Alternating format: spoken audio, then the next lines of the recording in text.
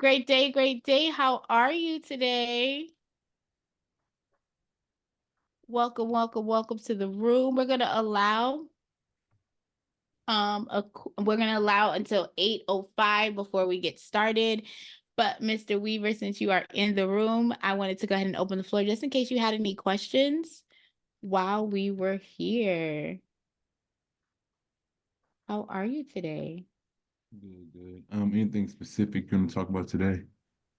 Nope, we're just gonna be it. So Mondays and Wednesdays are our onboarding. So we go through loading, signing up for the software, loading a client in, and sending out your first round of disputes. So if you have any other questions outside of that, you are more than welcome to go ahead and ask while we're in the waiting period, waiting for more people to come in the room.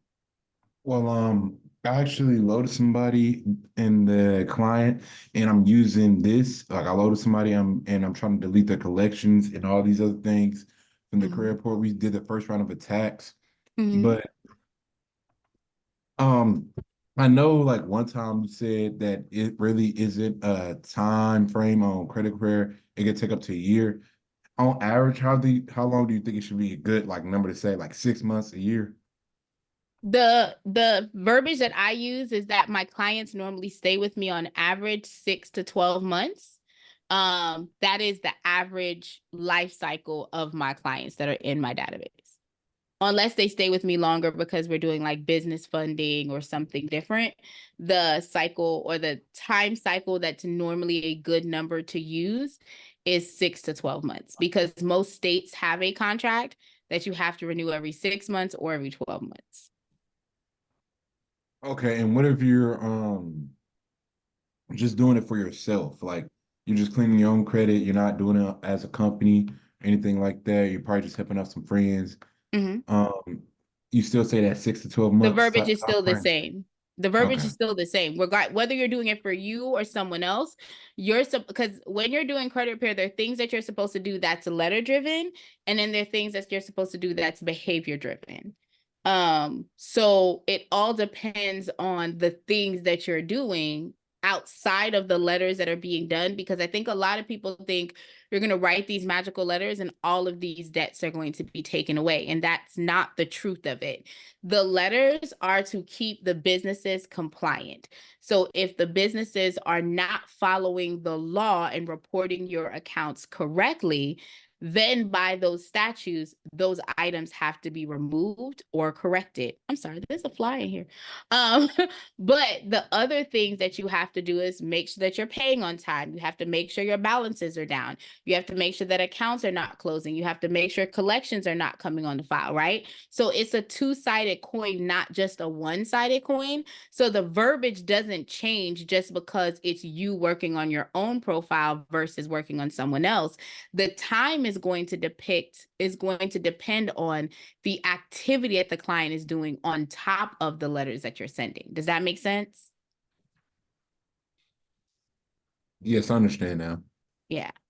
So it's a dance. Hang on one second. Let me try and fix my Let me light. ask you this though, Uh-huh. about the software, because Mhm. you've been in credit for a long time. Do you think it's a very good software to like use and very easy, or do you add in your own verbiage for some attacks? So I do add letters to some attack. I do add my verbiage to some attacks. So just for transparency. However, out of all of the softwares that I have personally tried, and I have been in 5 softwares, is what I have used in the span um of doing credit repair. I personally love this software. The other software that I do have access to is not for letter generation.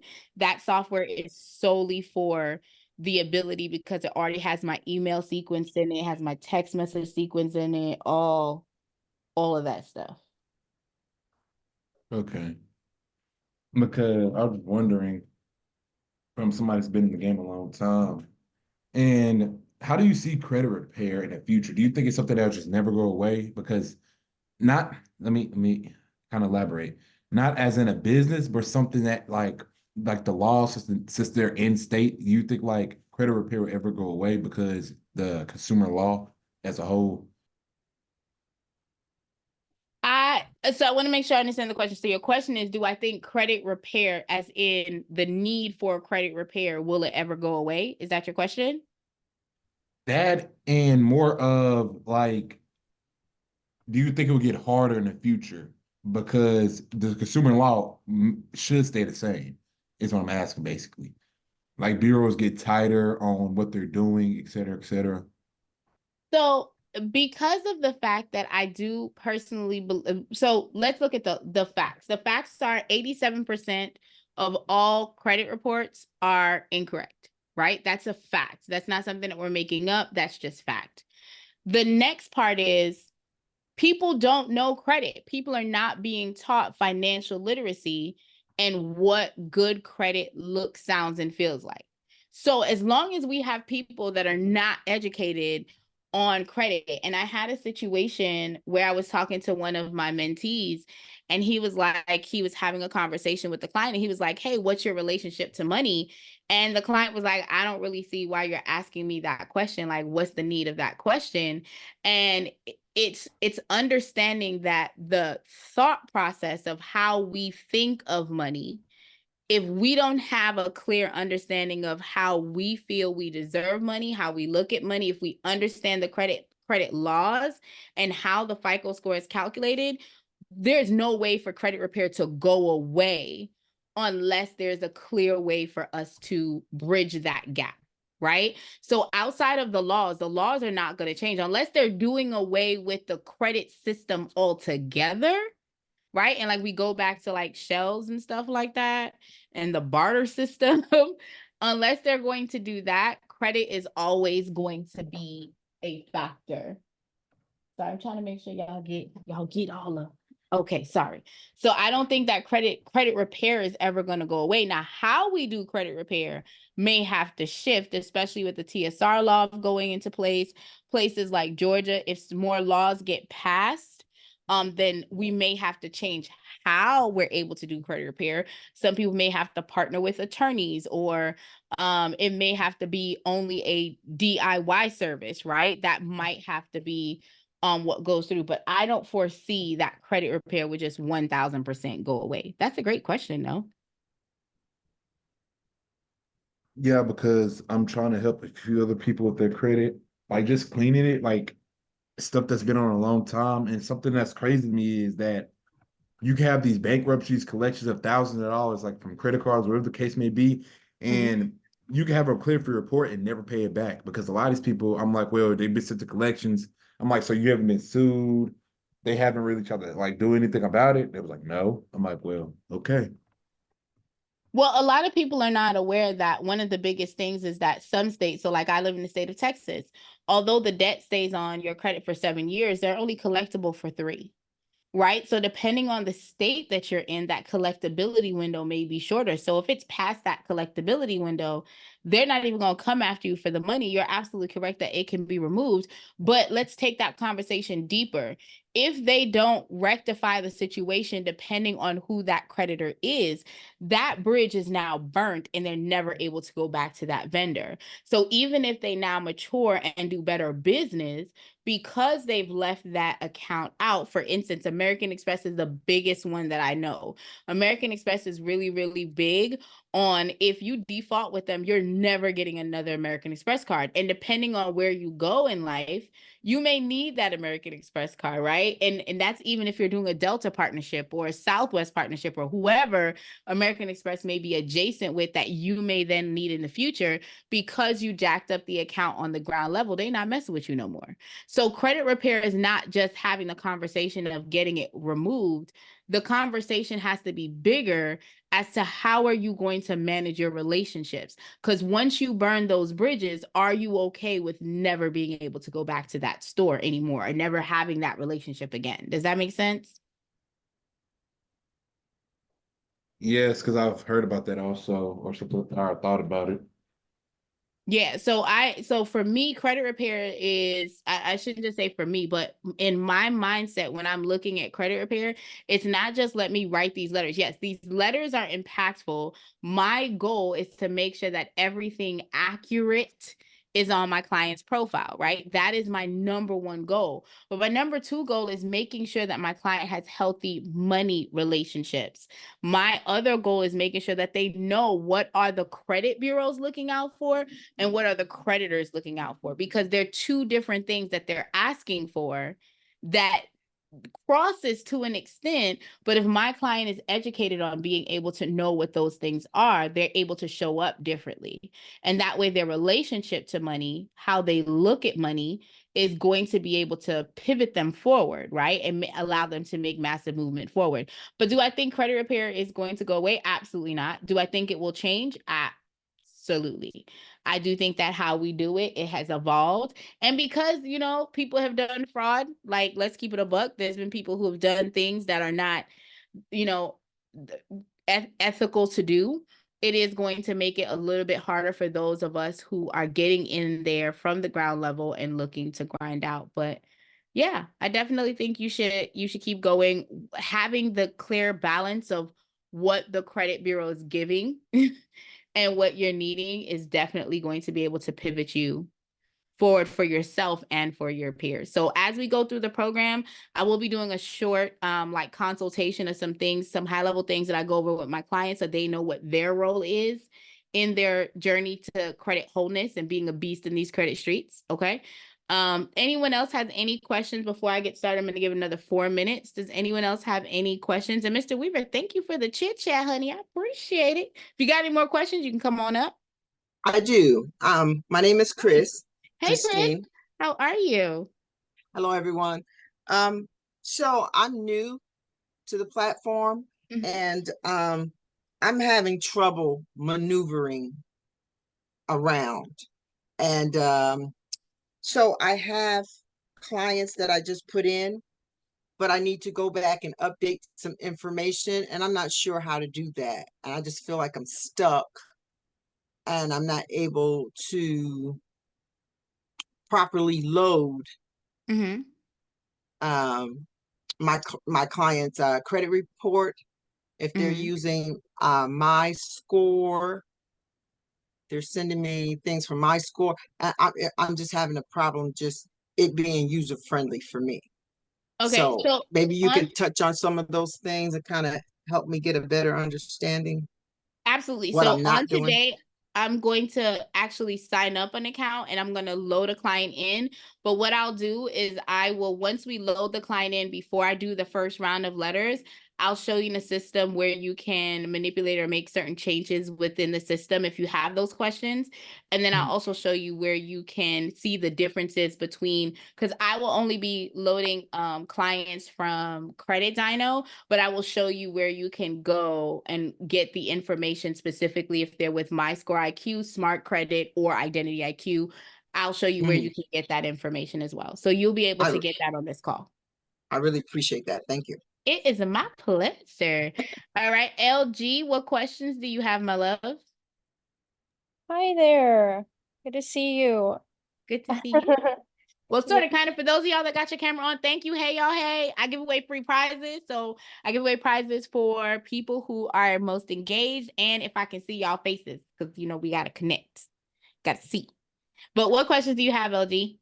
Yeah, so I have some letters. I did my first round and I got back a few letters from I think the secondary bureaus where it says your request has been processed, however, after reviewing our database using personal information provided, we found no record of a consumer matching your SSN.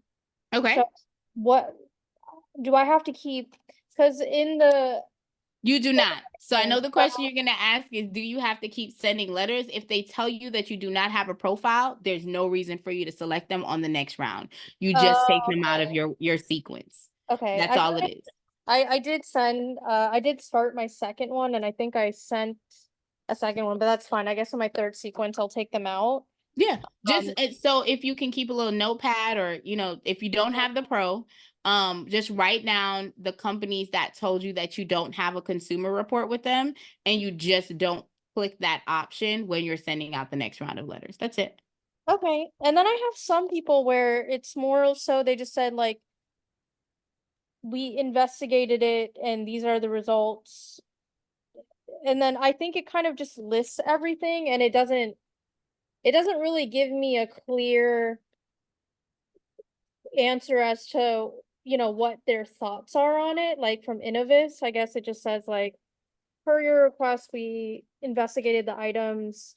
Results are below. Oh, it says not on file. The items below are not on your credit report, all disputed information. I guess it's actually in the same bucket then as what I was just talking about. Well, not necessarily, because they responded to you. So Innovis is telling you they have a file, and they're telling you that the items in which you're disputing, those specific items, are not in the report. That's why you have to slow down and read the document that you're getting, because there's a complete difference if you get, hey, this person doesn't have a consumer profile, and there's another one if it says, hey, we have a profile, but here are the accounts that they have, and here's the information. So to answer your question, what would you do with that information is if they're giving you back a report that has account numbers, has information on it, you're now going to review that information to see, is it valid? Is it accurate? Are there any errors that are on there? And then you're going to then send the next round of disputes to that particular vendor based on the accounts that they have listed there. Does that make sense, LG? Yes, that makes sense. So I'll take a closer look at that one. Thank you for the clarification. And It is then, a pleasure. yeah, and then I think the only other thing was I got letters back from TransUnion and Experian, and I don't think I got anything back from, what was the other one? The third one, Equifax? Equifax? Mm-hmm. Yeah, I think I got stall letters from TransUnion and Experian. I googled stall letter because it wasn't really in, like, I didn't see a description on the Dispute Panda thing. There is one that specifically says stall, but I'll go over that as well so you can see it. But there is a stall letter in Dispute Panda in the static flow. Oh, no. I see that. It recommends that you send letters for stallers. I just didn't know how to identify what a stall letter was in the first place. Got it. Okay, that's a great question. Yeah, So so normally with a stall letter, it'll say something to the effect of, it looks like someone is trying to dispute an account for you. You do not have to work with a third-party company. Now, there's a difference between them asking you to verify your information. Sometimes they really just need you to verify. Some of them will send it via email, like send the request via email. But the stall letter actually says that they have not disputed because they don't know if it's you or if it's a third party company. That's the type of verbiage that's in the stall letters. gotcha. But if it's asking for more information to verify your identity, do you need to verify or? Yes. Oh, you do? Mm-hmm. Okay. Yep. And then we have one last question here. Yeah, I'm another user here actually. I had a question for a client. They had a letter basically come back from a bank that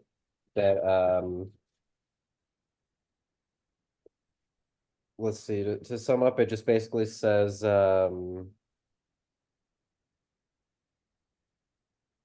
basically it's saying that they think that the information was furnished correctly, that what's being created. So I mean, this one is from Truist, I believe.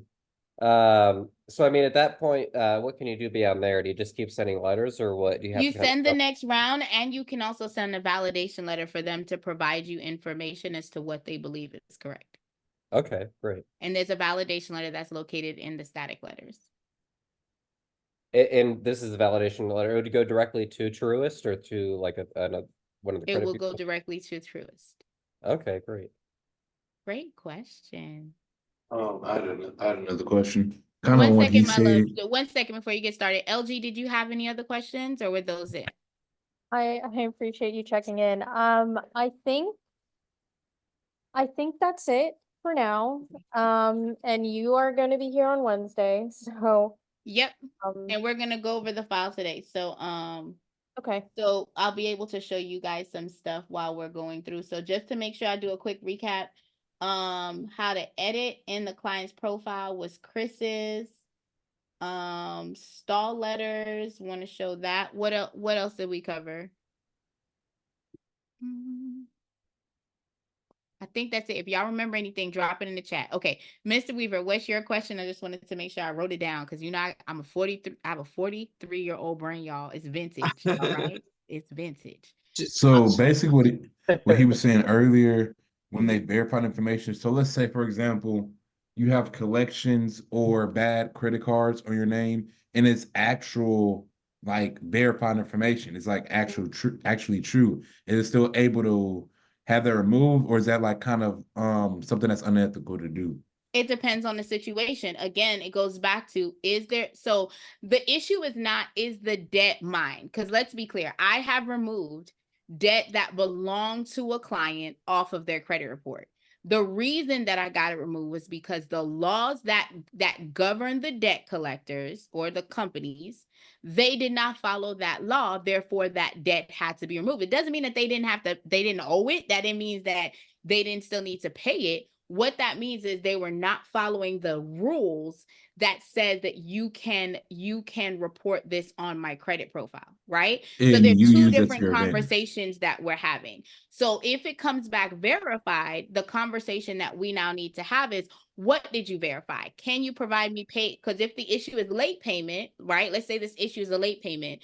Can you verify when was the last time I made an on-time payment? Can you verify that you sent the payment out, the billing out within 21 days before it was due, right? Like, do you have all these boxes checked that you can then prove that you are supposed to be on here? Now, if you've gone through the river and through the bush, right, and they've been able to validate that, then your next conversation with your client is, how can we do a settlement? And is this a paper delete conversation, or is this a you pay in full? Right? So there are different things that you have to do after you have solidified that there's been no violations, no errors, no omissions on that particular account. If we're now looking to resolve it, we now have to move to what I like to call tier 3, right? Because you've already done tier 1, you've already gone through the conversation with the client, everything is already there. So you're moving tier 3, tier 2, tier 3, and so on and so forth.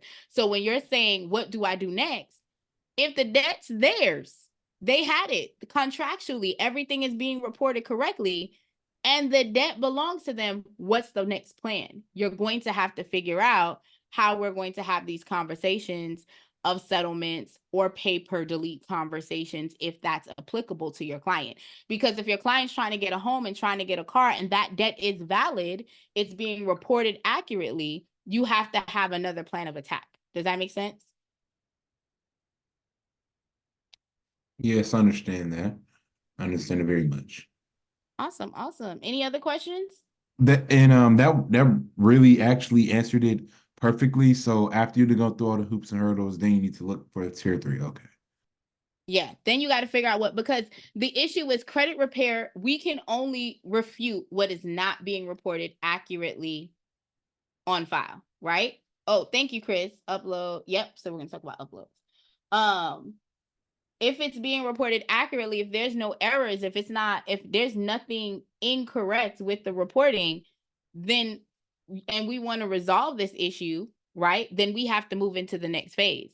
And we have to have a plan for what that is. I am going to drop my mentorship information in the chat. So if anybody wants to grab it, we do have a live class on this Saturday that we're going to be going over the art of credit repair, as well as some really, really fun stuff. So I'm going to drop that in the chat now so we can get started. Any other questions before if this fly don't leave me alone, y'all, it's because I opened the back door. Oh my gosh. Any other questions before I get started?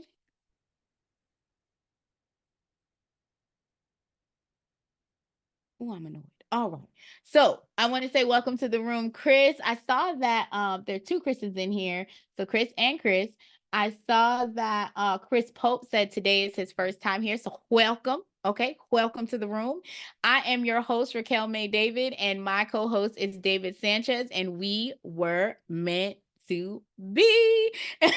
So if you have questions and you don't want to come off of mute, you can drop it in the chat. As I go through the platform, I am going to go ahead and stop and allow for Q&A in any particular point. So definitely feel free if you guys don't want to come off of If you guys don't want to come off of mute, you can definitely drop it in the chat. I do circle back around. And of course, David is a wonderful moderator that helps me stay on task. What I want to go ahead and talk to you guys about is what today is going to look like. I always start with our community. Our community is basically where you can go and ask questions, get follow-ups. I always drop my information in the chat. I try to come in here and read some of the chats if I can whenever I see it. So let me answer this question just in case the person comes back on replay.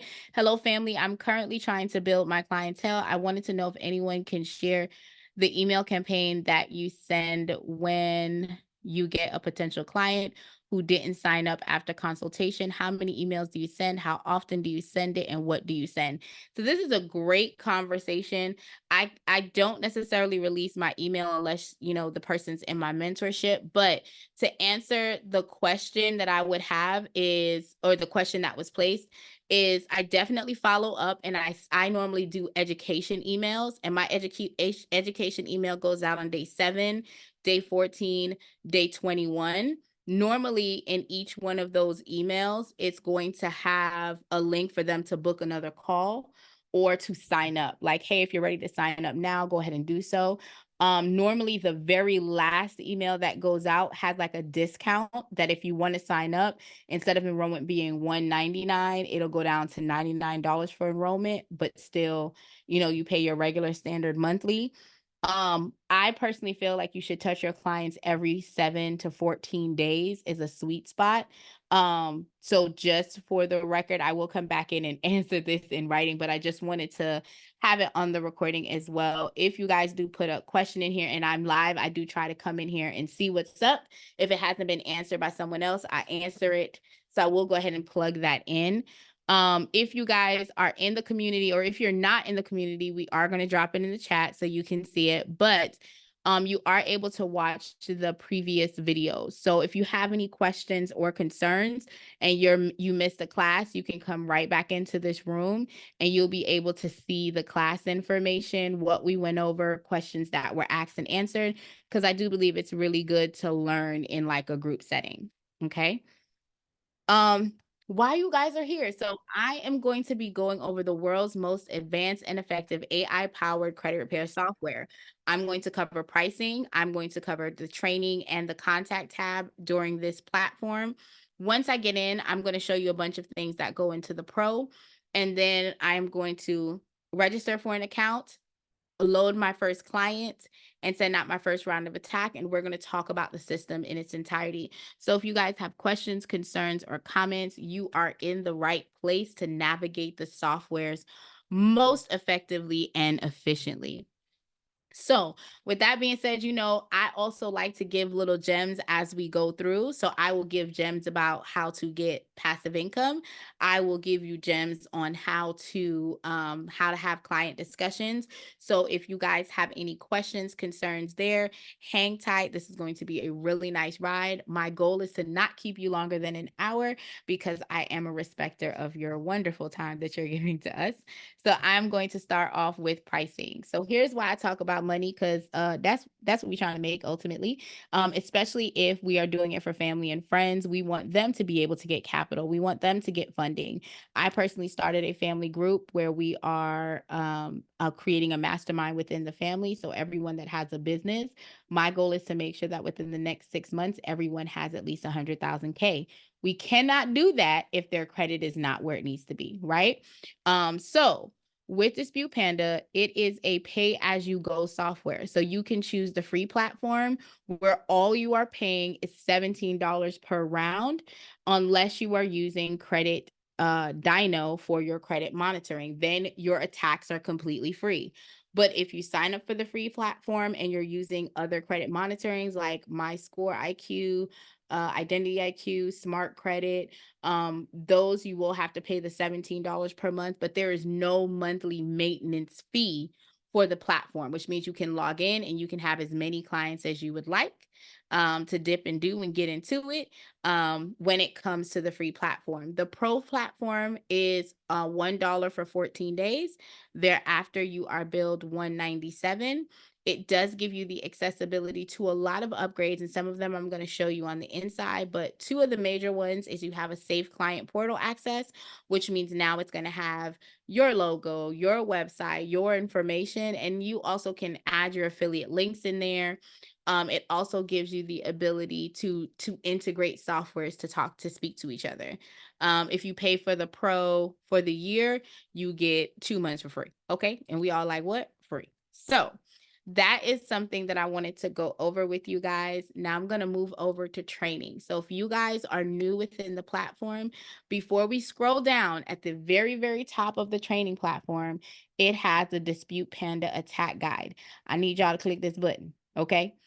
If you are new to credit repair and you don't know what you're doing, how to do it, what's going on, this is giving you a clear flow. So earlier y'all heard LG say, hey, I got some letters back from the secondary bureaus, and it says that there's no consumer profile here. What do I do next? So the system is telling you how to not just dispute with the credit bureaus, the creditors, but also with the secondary bureaus. So if you're disputing with the secondary bureaus, you have the ability to know, when am I sending the letters out to them? At what point should I do a CFPB complaint? Should the letters be colored, not in colored? How often do you send the letters out? Now, this is normally a question that I've noticed that some people don't ask, but just with everyone getting started, y'all, we're only supposed to send out a letter every 30. Well, so let me clarify. You're supposed to allow 30 days for the credit bureaus to dispute the request that you send in. Okay. So what that means is if you're sending the letter out on day one, you are not sending another round out for at least 35 days is what the system is using. Why? Because they want you to have 5 days for the letters to get there, then give them the 30 days for them to process, and then you can pull your report again and cycle through. Okay. So if you are new to the credit repair industry and trying to figure out how to get your feet wet, this flow is at the very top of the training guide, at the very, very top. And you are able to then complete. Go ahead, LG. What's your question? Hey, yeah, as we're talking about letters here, I actually one other question off of what I was saying earlier. So if you're trying to send a letter directly to a bank, like we were talking about Truist, for example, how do I do that? Because I think when I go into Dispute Panda, I feel like it's sending it just to the credit bureaus. So if you do not have the pro, you're not able to send letters to the creditors. You would have to generate the letter unless you are using some of the static letters. Some of the static letters will allow you to send it to the creditors, and I can show you that once we get into the system. Great Awesome, question. thank you. My pleasure. Great question. All right. So let me jump back over here. So when you scroll down, it has all of the information. So guys, we are here Monday, Wednesday, and Thursdays for the pro people. If you have questions, you can bring it in on those days. If we're not here, because it's 2:00 in the morning, you're like me working files. Don't judge my life, y'all. There are videos on how you can navigate the software and how you can make changes. Okay. So all of that information is accessible there. Hey, Edgar, what question do you have, my love, since you have your hands up? Hi. Good seeing you again, Raquel. Good seeing you as well. I'm trying to stay consistent and trying to come in at least once a week. I love that. I had a question. I Mhm. recently found out that my data was breached in the Equifax Mhm. set thing. Mhm. Can I use that as proof for the accounts that I'm disputing? How are you disputing? Because if you're using the system is not including a breach. Now, there Oh, is a separate way that you can go into. And there is a form that you can fill out. I will try to find the form because I did see it before. I okay. had it because I made a video. So if I find the form, I will go ahead and drop it in the community so Okay. you guys can go through and see if your client has been data breached or if you've been data breached. There is a form that you can fill out. But as far as utilizing this system, the system is never going to ask you about a data breach. It's going to go by factual and Metro 2 compliance verbiage to go ahead Okay. and dispute your profile. Okay. So unless there was a situation where fraud was committed after the data breach and these accounts do not belong to you because it was specific fraud, those are two separate monkeys that were two No, separate okay, monkeys. okay. Yeah, let's go with that. Two separate I get monkeys you. in I one get you. jungle. I get you. I Okay. get you. I get you. Yeah, I yeah. get But it. that's a great question. Anything Okay. else? No, that'll be it. Yeah, if you can find a video or if you can send me I don't know if you have my email, but I will drop my email in the chat. You can go ahead and send me an email and I will personally send you what I have. awesome. I appreciate that, Raquel. Thank you. And My that's pleasure. My it. pleasure. Thank you. All right. Chris, I saw that you came off of mute. Did you have another question, my love? Let me ask you on mute. Go ahead. What question did you have today? Ooh, still ain't made a dent in this Can water. you hear me? Yes, Can you hear me ma'am. now? Okay, Mhm. so I had a question about the letters that's supposed to go to the creditors. Mhm. So in this software, it's only generating letters for the credit agencies. This software has the capability of generating letters to both the creditors as well as the credit bureau, but you have to have the pro in order to get letters for the creditors. If you do Okay. not have the pro and if you are not using Credit Dino, you do not get creditor letters. Great question. Oh, so we have to have Dino in order to get the creditor. You got it. If they're using any other credit monitoring software, it doesn't work. That's what I was looking for the other day, and I couldn't find it. So that explained a lot. Okay. Well, I'll show you because it's literally a box that you check. Uh-huh. I've heard some people say they missed it, but once I show you, you're gonna be like, "How I missed that?" Don't worry about it. It happens. But I'll show you in Okay. a second. No worries. Any other questions?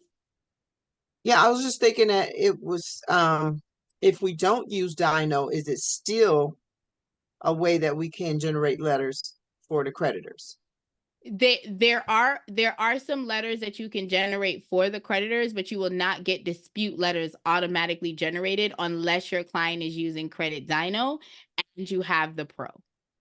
That is the only way that you can do it. There are some letters, and I'm going to take you into the system and show you where you can see those letters that can go to creditors, but they're like debt validation letters or cease and desist letters. So they're different types of letters that are specifically under the static attack that you can send to the actual creditors. But to answer your question, like how it has the punch of fury, so this attack flow right here says Punch of Fury Supreme Boosted. The only way to get the creditor letter when you are doing this is if you have Dispute Panda Pro as well as Credit Dino affiliate. If you have any other ones, it's not going to work. The So system is not going to be able to generate it. if I'm loading my client's information and I want to pull their credit up with their permission through the Dino credit, is that it? Dino Credit credit? Dino. Credit Dino. Is there an additional fee for that? So Or is that hold that thought 1 second. Let me get into the system and then I'll be able to explain Credit Dino a little bit more. And that might be able to make it a little bit more cohesive once you're able to see it. Because I want you to understand that Credit Dino is exactly the same thing as My Score IQ. So you get an affiliate link, you do all the things, and you can literally send it out to your client so that that's the only software that they sign up for. And you get a free round of attack every 35 days with that Credit Dino monitoring. okay? So Right? I would actually have to send it to the client and they fill it out. And then is You it can fill it already out for them. It's completely up to you how you choose to do it. But hang tight. Let me show you the okay? software, and then that way it might be able to mesh a little bit better for you. Does that make a little Okay. bit more sense? Yes, it All does. right. Okay, thank you. Awesome sauce. All right. Hey LG, what questions do you have, my love? Hey, um, I'll start. So I have another question. I'm sorry. I feel like Uh-huh. I've taken up the whole session. No, you're fine. So the client with Truist, Truist had I guess they hired a firm or whatever. That's how they started and reached out to me. Because they were getting these emails from I think it was Sim Associates or something. But do we need to do anything to address them? I know that there was like cease and desist letters in the application, or do we just kind of disregard that until we figure out everything between Truist and the credit agencies? It would depend on what's going on with that attorney that's there, right? So that's a little bit outside of the call today. I can drop my link for you to book a call, Okay. but that's a little bit outside of the scope of what we're covering because it depends on where they are with that attorney. I would have to ask way more questions in order to give you a solidified answer. That's not a blanket one, unfortunately. I'm sorry. Okay, that's good to know. Yeah, I think they're just kind of like initial emails, like saying like, hey, don't forget to take care of your dad, or you want to take care of your. Well, again, Stuff it I depends don't on think where it's they anything are like because nosing. if they're going to file suit, then how you're going to deal with that particular debtor is going to be different. If there just happen to be an attorney that's just trying to collect that was hired only for collection, then you're just going to deal with them just like any other debt collector. Okay. Right? But I would have to know more information. I'm sorry about that. Oh no, you're good. Okay, great questions. Sorry, I'm also another question. Just from G2 Risk Solutions. I'm reading the letter right now and it says that they basically have no authority to freeze credit, Mhm. opt out preference and or provide a consumer report. Mm-hmm. They also spelled the name wrong, the Mhm. last name completely. So is this just I guess I'm wondering what the response is to this because For they didn't. that particular account, I would send another round out to that particular company, and that's DataX. I would send another letter out to them just to be clear, because if they have so many errors that's in there, I personally would do a free form letter that says, hey, this was my original request, but you don't have to do that. You can literally send another round out to them because they didn't give you a solidified that they don't have a consumer report. They just gave you the wrong last name, right? They just told you that they don't have access to the documents. But DataX normally houses bankruptcy. So if your client doesn't necessarily have a bankruptcy on there, I would not necessarily be concerned with DataX. Oh, this is G2 Risk Solutions. That is DataX as well. Oh, That's they're the the same. same company. I That is see. correct. Yeah. And then the other one is just ARS. It does say the disputed entries PNC Mhm. information unable to be verified, deleted, and then Bank of America information verified remains on file. So it seems like it's working, right? Like the PNC one was deleted, but Mhm. if one was verified, that means that you just have to keep sending letters to them to remove the Bank of America one. So it would depend, because if the Bank of America account it does not have any errors or outdated information, then why would they delete it off the profile? Does that make sense? Sorry, say that one more time.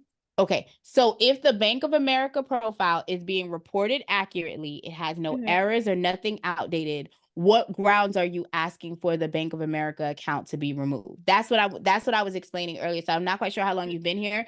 The letters that are being generated for you are to help you remove accounts that are out of date, have errors, or not in compliance with the law. If those accounts are validated and it shows that it is accurate and all the information is correct, then the next step that you have to do to rectify that account would be to talk about select either a settlement option or what pay per delete option you can have. But if you're only disputing within that database and you're not disputing with the creditor, it is a potential that all they did was check their own database. They didn't look anywhere else and they did not contact the creditor at all, right? So that's why the pro was created, was to give you that extra layer of aggressive disputing for you to go ahead and send the letter to the creditor. So to answer your question, yes, you want to send another round of letter out to that particular ARS, but the question would be, what are the errors on that Bank of America account that would qualify for it to be deleted or removed at this time? So we're asking for just to remove a inquiry, basically a hard inquiry. It's not any sort of Okay. Is no it bank. attached to an open and active account? No. Okay. Then just do the next round. Okay. Since it's just an inquiry, that's something basic level. Yes, you want to do the next round. Okay, awesome. Okay. Thank My pleasure. Weaver, what's your question, my love? Yeah, Actually, same situation as hers. I had actually called TransUnion about Bank of America inquiry, and I said it was like I think I called TransUnion, and I said I didn't know what inquiry that was, and then they sent me something in the mail basically saying it was verified. It was from Bank of America, what they said, and I remember it said invoice, I believe. If I opt out Innovis. of invoice, will they be able to verify the information still or no? So let me clarify, opting out, it just stops you from getting solicitation. That does not stop them from sharing the information. One. Number two, freezing the profile. If you're reading the disclosures, it is stating now that even if you freeze the profile, it does not stop them from speaking. I want to explain that freezing is sort of kind of the best verbiage I can use is think of a cease and desist letter, right? So when you have a cease and desist letter that goes out, you are telling that person that they can no longer share your information moving forward. But whoever they had already shared it with, and please bear in mind, majority of these secondary companies are owned by TransUnion, Equifax, Experian. So that's a whole wheelhouse. So freezing it is not necessarily going to get it removed, but you can still argue if it's not connected to an account, like, hey, I need this removed, it's not here, I wasn't approved for anything. Again, you can do the next round and the next flow, but I don't want you to get stuck on freezing because the conversation can still be had, and opt out just means that they won't sell your information. That is the difference between freezing and opting out. Opting out is that they won't provide your information for resale, which is how they make money, of course. Or they won't solicit you for credit cards or any promotions as well. That's what you do when you opt out.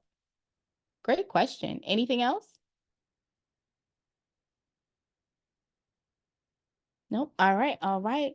So Mr. S, I missed you on Saturday and on Sunday when we had the live class, but welcome, pretty Washington. Love the photo.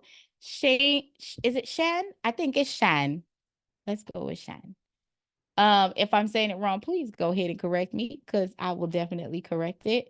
Thank you guys for coming in. All right, so back to the training. If you guys are new, you have not done so as of yet, when you click on the training tab, the very first thing it says free download. It is going to give you an attack flow that you can utilize. You do not have to print the letters in colors.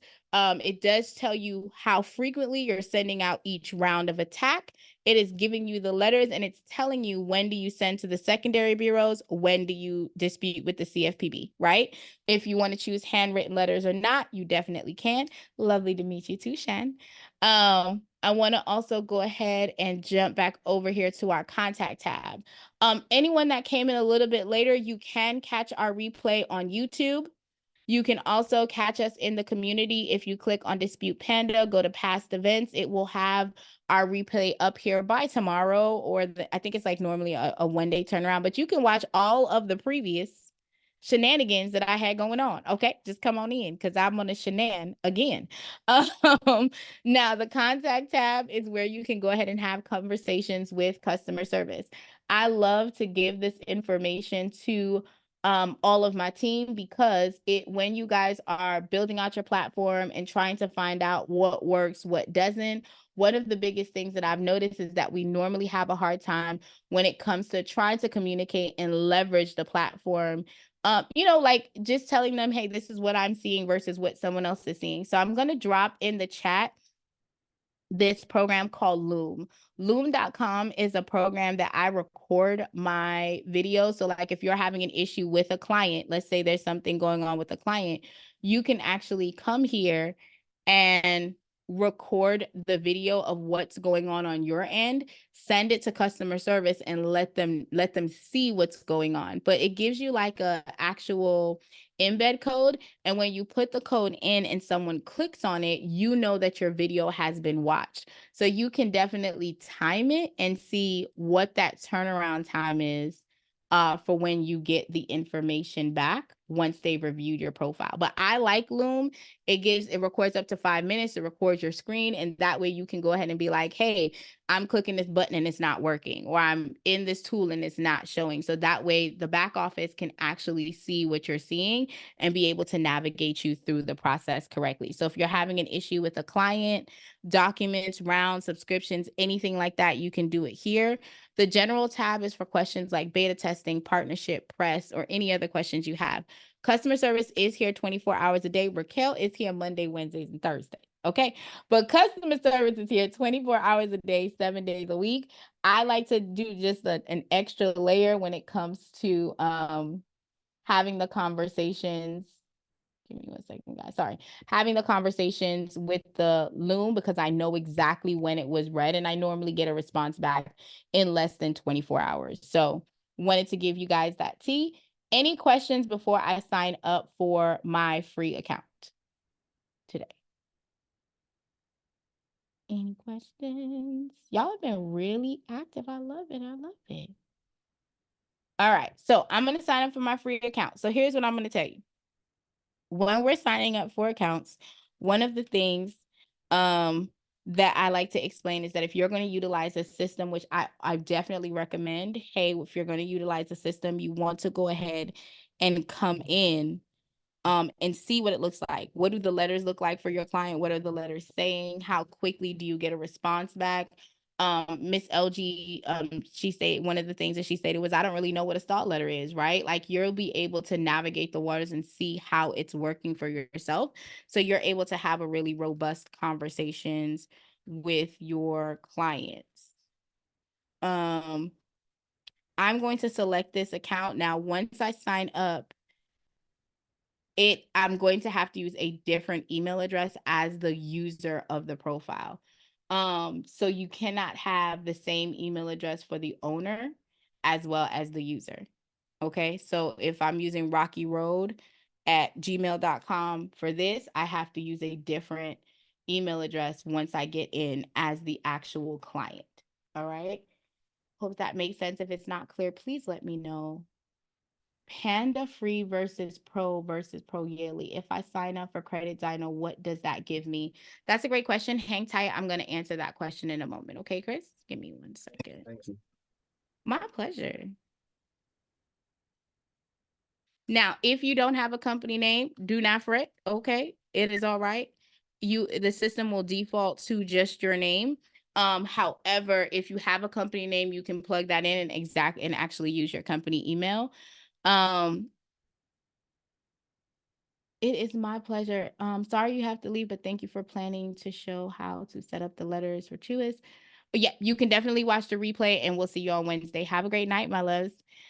So the system does say by signing up, it gives you your terms and conditions. I like to sign up for $3.99, y'all. So I want to know special offers, program updates, resources. I need all of the things. Okay. I was the first child and my mom decided to have more kids. So I had to share. I don't like to share. I want to know. I want to know. So we're going to go ahead and close this here. All right. So this is going to be your contract. It's going to tell you how you should expect to do business with Dispute Panda, how Dispute Panda expects to do business with you. I'm not going to review that right now, but you guys can review it. I do recommend that you review it before you click it. This black bar is going to be here while I'm going through, only because I have not validated the email address as of yet. Do not fret. We can still move through the software together. I'm going to go down all of the side panels. We're going to cover each one that's on the platform, and then we're going to dive in with loading our clients in once we get that done. Okay, hang on 1 second. Let me make this a little bigger. Here we go. All right, so on the main platform, you'll see it's rounds. That'll tell you what round you're in, any missing documents for your clients, and any birthdays. It will also give you an option to earn free money. So this is one of the drip monies that I was talking to you about. You can sign up to be an affiliate with Credit Dino. So for instance, if you're in real estate or if you're a business credit person and you know other people that are doing business funding, you can sign up for this. Once you hit accept, when it goes live, you will get your own affiliate code. And that way, when you're speaking to people and they're like, oh, I want to try that system. It's a low overhead. I don't have to pay anything. Cool. Send it to me.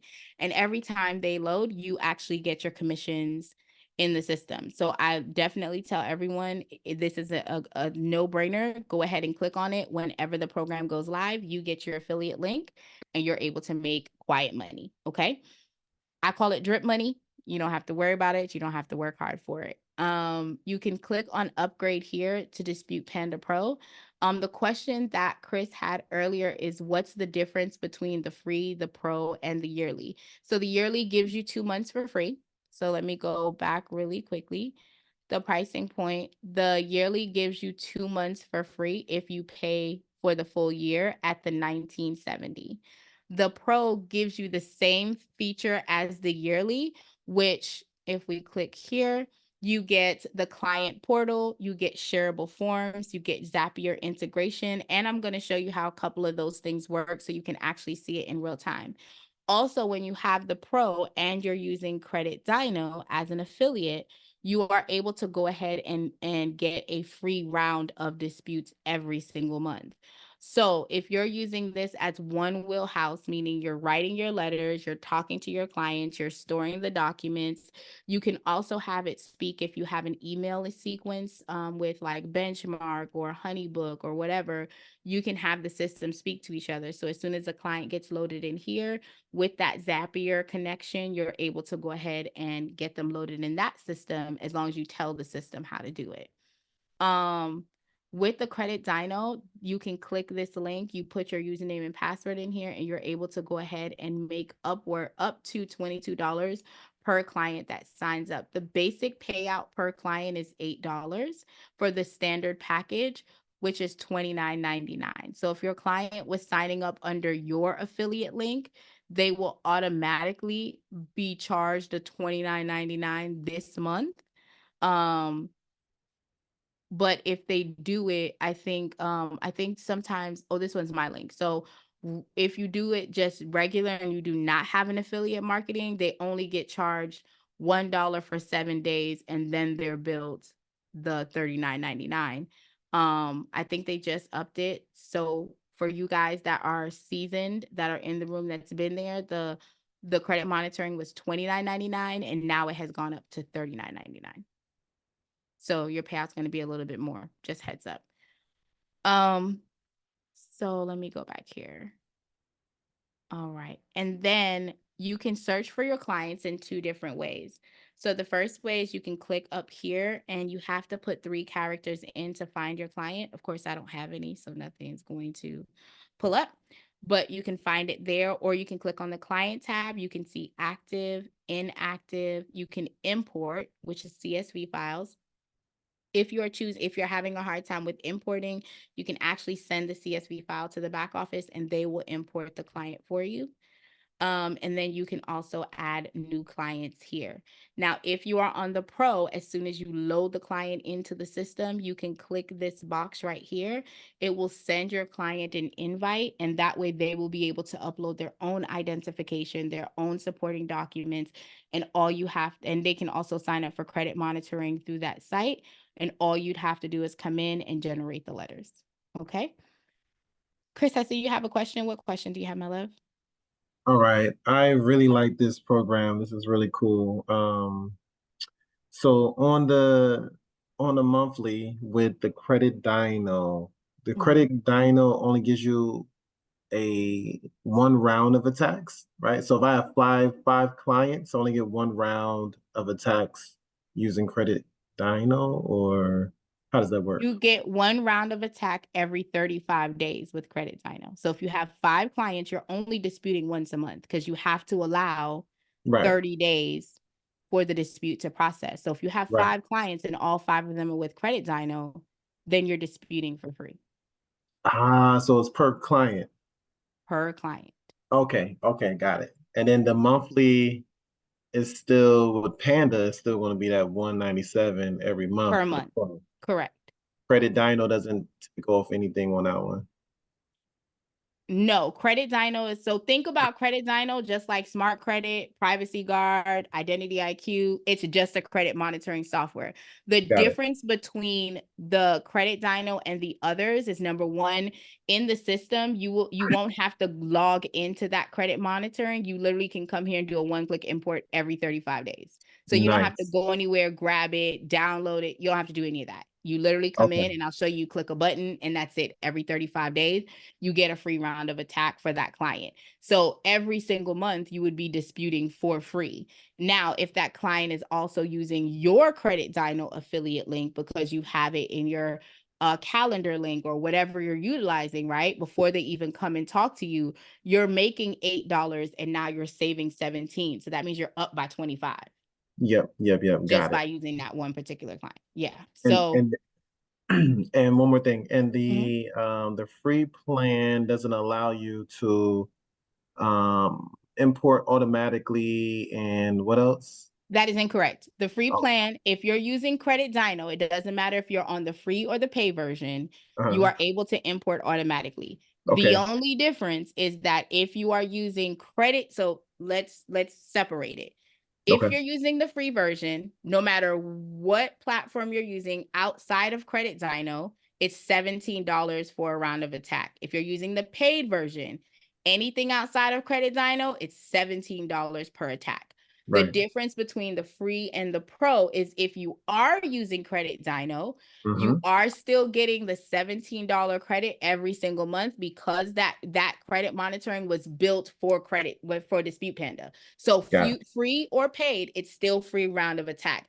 However, when you go to the pro, you get the automatic letters for the creditors on top of the dispute letters for the credit bureau. So you have credit bureau, creditors, secondary bureaus. You get all three of those with the pro, where with the free, you only get the credit bureau and you get the secondary bureau. Got it. Okay. Thank you. Okay. My pleasure. My pleasure. Miss Chris, what's your question? Yes, it was what you were explaining. With the free, you paid $17, right? And do you get the Dino with that? You have the option to still use the Dino with the free, right? Just No trying matter to which understand. platform it is, Credit Dino was built for Dispute Panda. So if you use Credit Dino with your Dispute Panda profile, whether you are on the free platform or the paid platform, your rounds of attack every 35 days are for free. So right here, when you look at the attack flow, it says the following attack flow is the most effective credit repair flow. It combines the credit bureau, consumer reporting agency, and data furnishers, aka the creditors, to attack the secondary bureaus and everyone. Right here it says, this attack flow is consumer law, Metro 2 compliance, and CFPB, a prerequisite, of course. So it does tell you right here that if you go ahead and use it, also using Credit Dino credit monitoring, you will be provided one free attack every 35 days. As long as you're using Dispute Panda, it doesn't matter if it's the free version or the paid.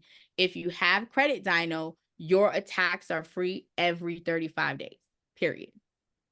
Okay. So with that being said, I put in a client last night and I have Panda Pro, right? Mm-hmm.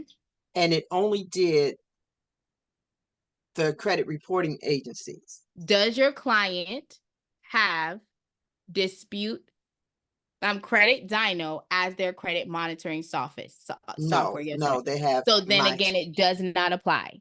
It only gives you a free round of attack if their credit monitoring software is Credit Dino. okay, that's the If they're disconnect. using So, anyone else, you're paying $17 for the round and you do not get the creditor letters. so that's it's not so the pro wouldn't benefit me if my clients are not on Dino. It can benefit you. I'm just explaining, and it's going to give you different features. But give me 1 second because we're having two separate conversations. So give Okay. me 1 second. Let me get into the actual loading the client, and then we'll circle back to this conversation because I want to make sure everything meshes, if that makes any Okay. sense.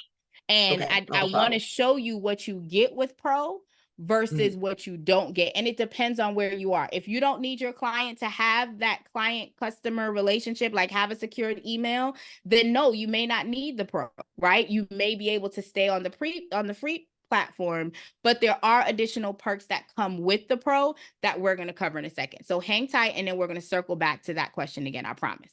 Okay. Okay, awesome sauce. Any other questions about what we've covered so far before I move on to the letters? No? Okay. All right. I love this. Y'all are very participative. I like it. I don't know if that's the word, but we're going to use that today. Okay. So the letter tab allows you to track your letters. So I want to go ahead and cover the guidelines for the letters. Your letters have to be completed by 12 p.m. PST, which is West Coast time, in order for the letters to go out the same day. If not, they go out the next business day. You only can track the letters that are sent with a certified mail. If you do first class mail, it's the same as you taking a letter and taking it down to the postman, and the man mails it off for you at the post office, right? There's no tracking capability. But if you tell the system to send it certified mail, you have the ability to track it accordingly. I'm asked in a lot of classes, do I use the software? I like to be transparent. I do use the software in the event to mail out my documents in the event I'm traveling. So recently I had a family emergency. I had to go to Jamaica for about 5.5 days. While I was there, I made sure that my clients were still worked, and I did go ahead and let the system mail the letters out for me. However, when I'm home, I normally mail the letters out myself. I do not let the system do it. So it's all up to you as to how you want to utilize it. I personally pay my kids to stuff my envelope because we are a family-run business and they got to make their money. So because of that, I do normally get them to stuff and mail my envelopes, and I pay them accordingly. But this is where you're able to see it. With the Pro, you're also able to come in here and you can have secured email conversation between you and your clients. You can also do reports. So I'm going to show you guys what the reports look like. Give me 2 seconds. The reports. Okay, so this is what the reports look like. The reports is a tool that you're able to go ahead and take a snapshot of where you are this month, last month, for the year, for the 12-month period. You're able to go ahead and take this and you can actually turn it into a social media post.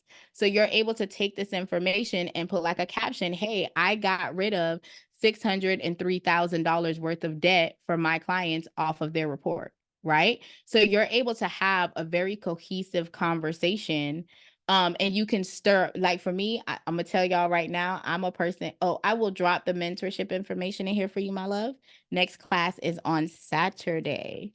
I like to post the negative stuff. So if y'all ever follow me on social media, let my clients' credit score drop, y'all. I promise you, I'm up there showing this is why his credit scores drop. This is the balance. This is that. I like to get into the uncomfortable because I think, again, like I was stating earlier, a lot of times people are like, oh, write these letters and get everything removed. But if you're not doing what you're supposed to do, all you're going to do is add more stuff onto what I'm already removing, Leanne. Like, what we doing? You get what I'm saying? So this is a great talking piece, but when you get the Pro, you're able to do this on the customer level as well. So this is on the corporate level, but on the Pro, and I will show you guys before we get off the line, on the Pro, you can actually do it on the individual client level as well. So you're able to show like, hey, you started with me in June. This is the overall progress. These are how many accounts we got deleted. These are how many accounts, we were able to maneuver. So you're able to have that robust conversation. Again, with the reporting. Did I close it? Let me close. Hold on. Sorry, y'all. Give me 1 second. Close this here. All right. Next one is a subscription tab. So the subscription tab is where you connect your merchant service, where you make your payment forms, you can make your onboarding forms. It's basically where you're able to collect your funds and be a beast with your money in these credit streets. So you're able to do everything there.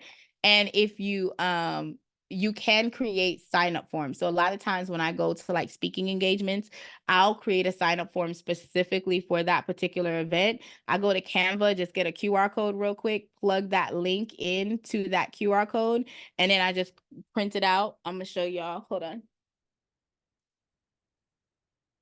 So like this was an event that I did. So I just printed a cute little QR code, got this little link. And now when I go out, if I run that same special, because I normally run the same special whenever I do a speaking engagement, it gives them $100 off of enrollment. I don't have to redo it. right? I have that form there. They can scan it, they can sign up in real time, and then all we're doing is booking a consultation to kind of get the ball rolling. So it's completely up to you if you want to try that, but that's what the subscription tab is for. You can also click on training. It'll take you back to the training hub, where if you guys are just coming in, please click on the free download so you can see this attack guide. Even if you guys are on the free platform, you can still use this attack flow. All that means is you're not going to be able to generate a letter to the creditor. So even if you're on the free version, don't sleep on the flow, download it and still leverage it. You have the contact us tab, and then there are two ways that you can get into the settings. You can click these three buttons right here and click on settings, or you can click on this balance box. I'm going to start at the top and work our way in. The profile box is where you can change your email. So let's say you go ahead and you rebrand and you're not doing this as a side hustle. It's now your main bread and butter. You can come in and change the email address. You can also put your profile pic. When you have the pro, you'll have that picture showing in as well, on the pro platform on your client's side. You can also click on organization. You can put your logo in, your website, your contract, your address, your privacy clause, all of that in here. If anyone needs a contract, please let your girl know so I can make sure to add it in the drop down. I have a sample contract. Please be sure that you get the contract edited. If you guys are watching the replay, the contract is also located in the community. You can type in contract, it will pull up. We put it over there as well. But you're able to go ahead and have everything here. So the contract will actually be specific to the client because you can put custom fields so that it will say the client's first name, last name. So whenever they sign up, they're signing one contract and you have access to it. Okay. The team member, that is where you can share instead of you giving your username and password once you guys get VAs or if you get assistance. So my daughter helps me disputes. She has her own username and password in order to do that. I don't give her mine because I just like to keep control over what's going on. The affiliate link is where you can go into the system and you can keep on all of these affiliates. So all of these credit monitoring softwares work with the system. So if you decide to sign up with Credit Zyno, you would just put your affiliate link here, and then you can choose to put all your affiliate links here so that you're giving your clients the choice to pick what credit monitoring they want, or you can turn it off. And when they go into the software, again, this is specifically for the pro, they will only get to see your Credit Zyno link and nothing else. All right. The dispute center is where you can change the addresses. The credit bureau has anywhere from 7 to 15 different addresses. So if for some reason you're seeing that you're getting a lot of response back from Experian 9706 instead of 9701, and you're like, I want my next round of letters to go out and go there, you can come here and make the changes and it will change in the system for you. And that way it will be printed out on the letter accordingly and on the envelopes as well. The billing tab is where you can go and you can see all the billing information. You can load your dedicated payment tool, and you can also go ahead and add money to your account. So for those of you that are not using Credit Zyno, it's going to cost you $17. So using Chris's verbiage, Chris is saying, hey, I have a total of 5 clients. And when it comes to my 5 clients, they're all with Smart Credit, right? So I'm going to go ahead and load the account with $85 or $100, completely up to you, right? Just for your records, if you're using static letters for your clients, which everyone should, you need to have at least $1 in your bank for that static letter to drive. It's a free account, it's a free letters, but it will not print unless you have at least $1. So using Chris's verbiage, he said, let's say he has 5 clients, it's $17 per attack, right, for the month. So in that case, he would put $85, but since he's doing static letters, he would put $86 and go ahead and check out. Okay. And that way, when he's done doing his rounds, he will still have $1 in the account to go ahead and print the static letters for all 5 of his clients for free. If you go to they also have the subscribe and save option. The subscribe and save option allows you to sign up and get 50% more. So for $20 per month, they will bill you $20, but it will give you $30 of available credits. And if you sign up for $60, it'll give you $90 of available credit for you to leverage. Okay. What questions do you have, Chris? I don't know if you went over what static means. I'm sorry. We Like haven't static gotten there yet. If settings. you give me a Okay, okay. second, I'll be No happy to problem. go. All No right. worries. All right. No worries. Great question, y'all. Great questions. Okay. And then the invoice tab is where you can see the invoices. You can also see the Panda Pro. If you guys have Panda Pro, it will be there, and any statements that you have outstanding. So the invoices for your clients that are billed every single month, you'll be able to see that. The activity tab will show you the attacks that you've done. It'll show you your mailing, like whatever has been mailed out in the system for you. And then any attack credits that you have coming in because your client was using Credit Dino, or if someone signed up under your affiliate link, right? You can get credits there. This is, again, the integration tab to integrate Zapier together. And then this is taking us back to the referral to be a referral within Dispute Panda to refer out to like car dealership, realtors, other bankers that might want to come into the industry. That way you can get your quiet money, like I said, your drip money as you are going through. Any questions on what I've covered so far? No? All right, all right, all right. All right, so we're gonna move into loading a client, but before I do that, I wanna go ahead and showcase some information that we all need to cover before we get started.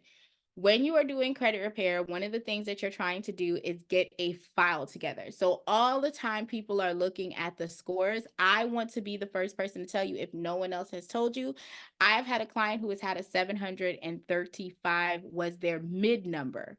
Their high number was a 800. Their lowest number was a 723. Okay. This person was denied credit. And a lot of people assume, oh, well, I have the score, I'm going to get approved. No, you are not. You can still get denied if your profile or if your account is not telling the proper story.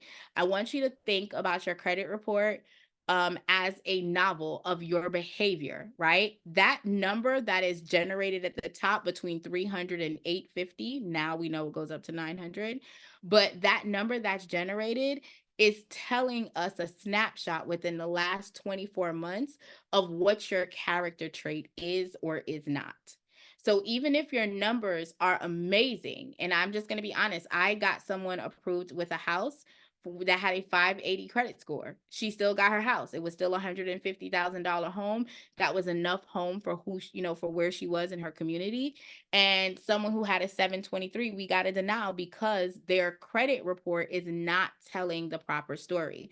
So your goal is to make sure that you're cleaning and educating the complete file, right? So we're having one name, one address, because let's be clear, multiple addresses, multiple names, they selling your stuff, okay? They're selling it like my homegirl, she does hard money lending. So she goes around and she tries to get names on houses that are about to be foreclosed on or about to be short sold on, right? So that they can go ahead and get these homes and try to do a fix and flip.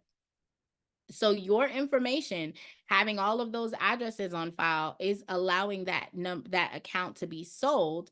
But taking it even deeper, if you guys have multiple addresses and that's connected to that particular creditor, and that particular creditor decides to take you to court, they're taking you to court based on that address that was on file. So now you can have a default judgment against you because they don't have the most up-to-date and correct address for you. And now you're looking at garnishments or even more things that are going to happen that you're definitely trying to avoid, right? So I want you guys to definitely think about that as we're going through. So when we're talking about identification, one of the biggest things that I've heard is that people will send a driver's license where the person's driver's license in Michigan, but they now live in Colorado. No. If that driver's license does not have the up-to-date accurate address, move to something else on the list that proves their identification. If you are going to be utilizing a bill such as a gas, water, cable, any resident bill, rule of thumb is you want to get a new bill every 60 to 90 days. If you are using a social security card as a proof of identification, you do not, I want to repeat, you do not have to use it in the other box. You only have two requirements: proof of identification and proof of address. Once you check those two boxes, you're golden. Any questions on that? I'm gonna make sure. All right. And if you guys need to see that, I did steal it from one of the training videos because I wiped my computer. Yeah, because I'm like that. I accidentally wiped my computer and I lost the main one. But that video is that template is located in all of the training videos that go over generating letters. And if you need it, I can drop it in the chat. So if you guys need the contract, a sample contract, let me know. I can drop that in the chat. And we can also drop the ID, proof of identification that's needed in the chat as well if you guys need that. All right, so I'm going to load my client. Remember earlier I was saying, hey, I'm going to put this client in the system, but I have to have a different email address. Thanks, David. The only thing that is required on here is the first and last name. You do not need to add the middle name. You also do not need to add junior, third, fourth, fifth, unless, I'm going to say this again, unless you are dealing with the full family. So for me, sometimes I have the whole household, mom, dad, sons, brothers. So if there are George 5 times, I'm going to identify which George I'm talking to so that I don't cross any pieces of information, right? But as you can see, there's a red asterisk on the things that you specifically have to do, okay? Email, grab that. Let's see. Just making up a bunch of names, y'all.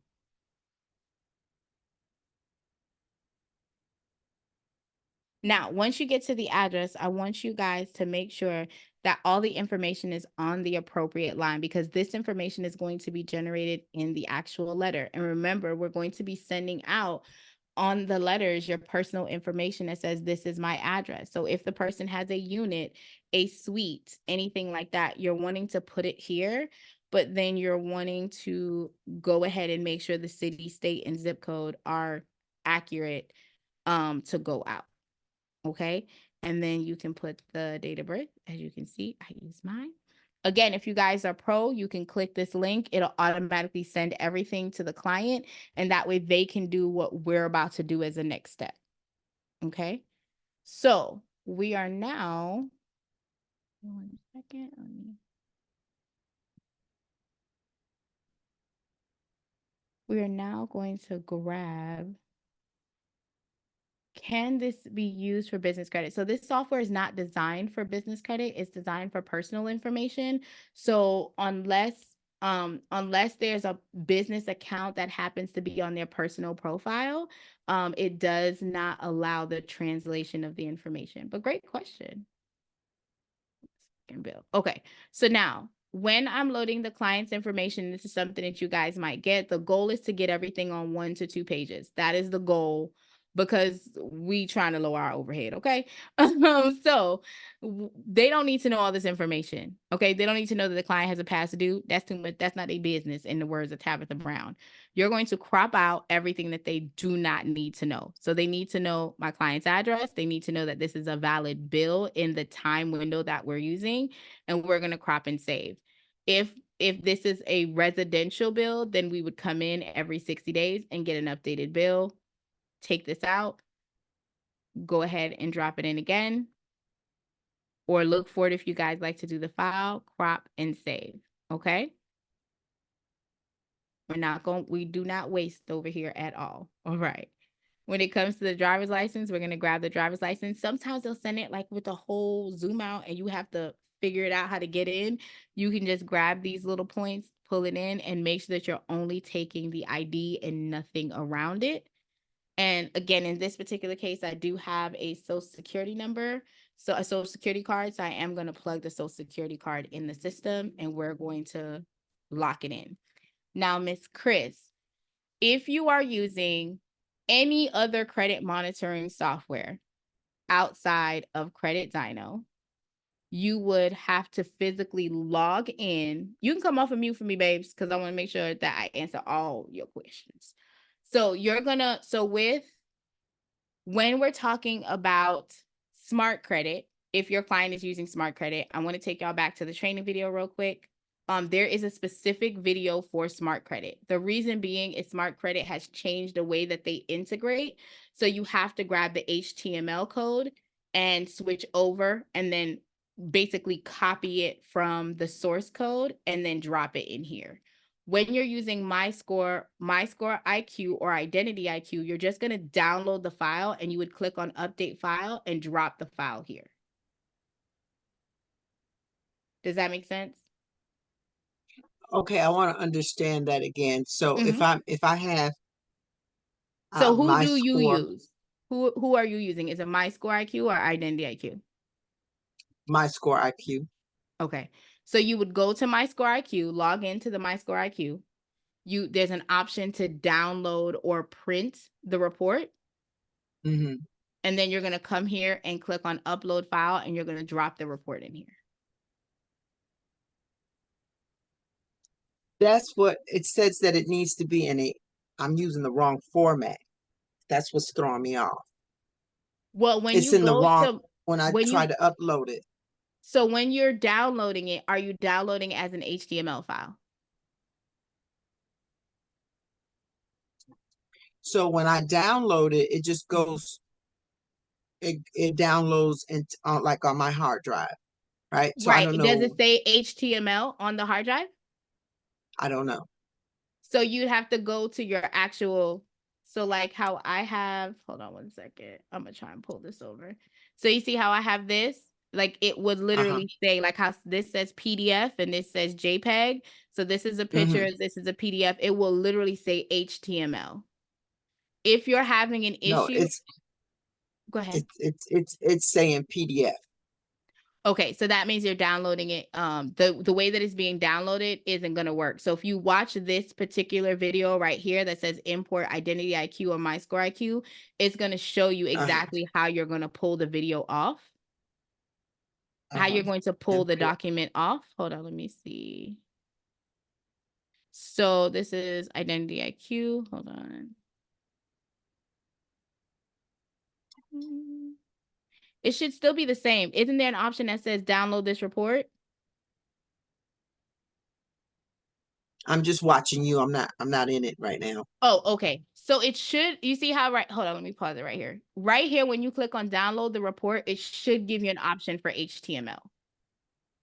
Oh, okay. So that's what you're needing because the system is only going to read an HTML. It's never going to read a PDF. Okay. Okay. But I was trying to see, hold on, because the systems are the same. I know that I have a couple of clients that have MyScore. That have MyScore IQ, and when it downloads the file, if you're having a hard time, just ping me. If I'm up, just ping me. I have an email. We can jump on a call. If I have a Zoom room open, we can look at it. But you just the issue that you're having is that you have to make sure that when you're downloading it as an HTML. But you have to make sure when you click save as, you're telling it to download it, to save it as an HTML, not a PDF. Okay. That's I think that's my problem. That's where I'm stuck. Yeah. Right there. So watch this video. It's the second to last video on the training take the wheel in the training build out. It's the second to last video. So if you want to do it side by side, you can. Okay. That Okay. helps. So that was round one. Okay, cool. Any other questions, guys? Or any other questions about that before we move on to the next one?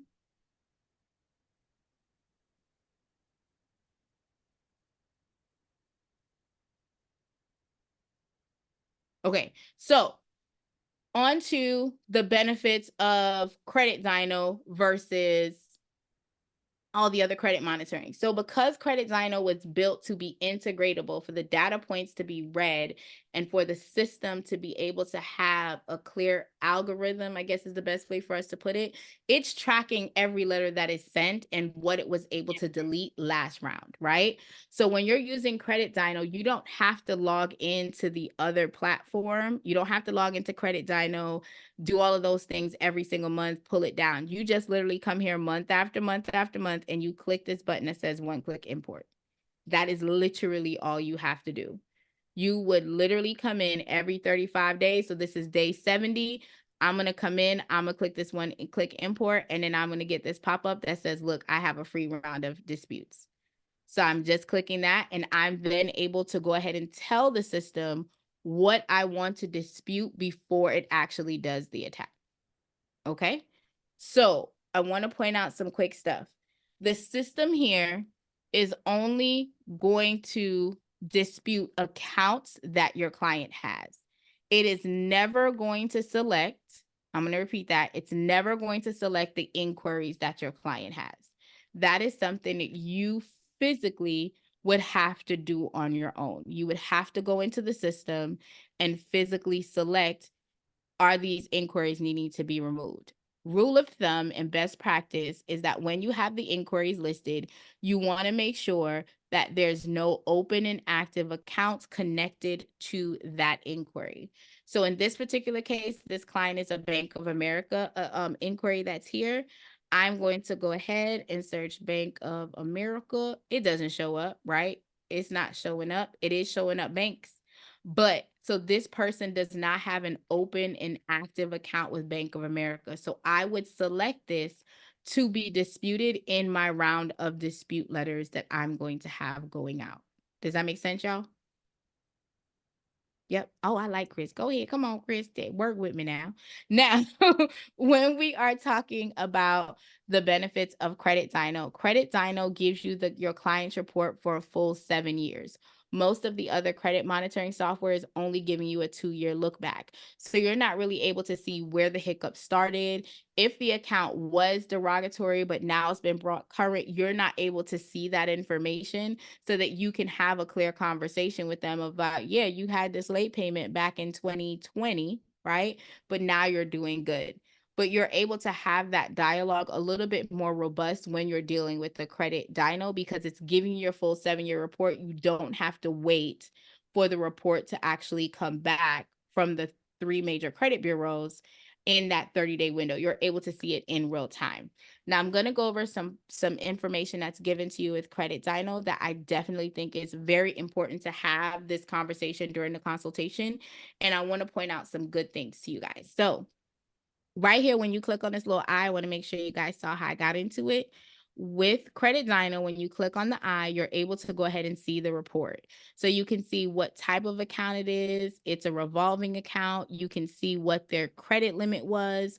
You can see what the balance was that they owed, right? But you can also see the payment history for that particular creditor. So you can see this account has been open since 2017. They have been paying on time for the account. Then in 2018, that's when stuff hit the fan. Now they did have a little situation in 2017, but we could talk to them about that, right? But now they've been in charge-off status. So they went into charge-off status in December of 2018.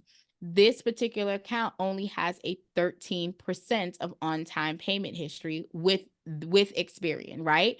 It may be different with Equifax. That again will play a part in with a later conversation. But understanding that your payment history is worth 35% of your overall score, which roughly calculates to 192.5 points. So if I'm having a conversation with a client and I'm talking about deletions and removing and all of that great stuff, if they are still paying late on their items, what are they missing out on? 192.5 points. Y'all follow what I'm saying? So I'm educating the client that, hey, you're leaving these points on the table. We need to get you on track, and we need to talk about what on-time payment looks like. So understand that there's a difference between being late with the credit bureaus and being late with the creditors. So if we're talking about a mortgage or a car payment, your car payment and your mortgage and your credit cards are not late until you are 30 days past due. That doesn't mean that you may not have a late fee with the actual collector, but if you can make sure that while we're trying to get you out of the season of robbing Peter to pay Paul, that you're making a conscious effort that no later than the 28th day you're making that payment, you cannot be reported late by that creditor while we're trying to dig you out of the hole, right? While we're trying to figure out where can we get extra money or how can we create breathing room.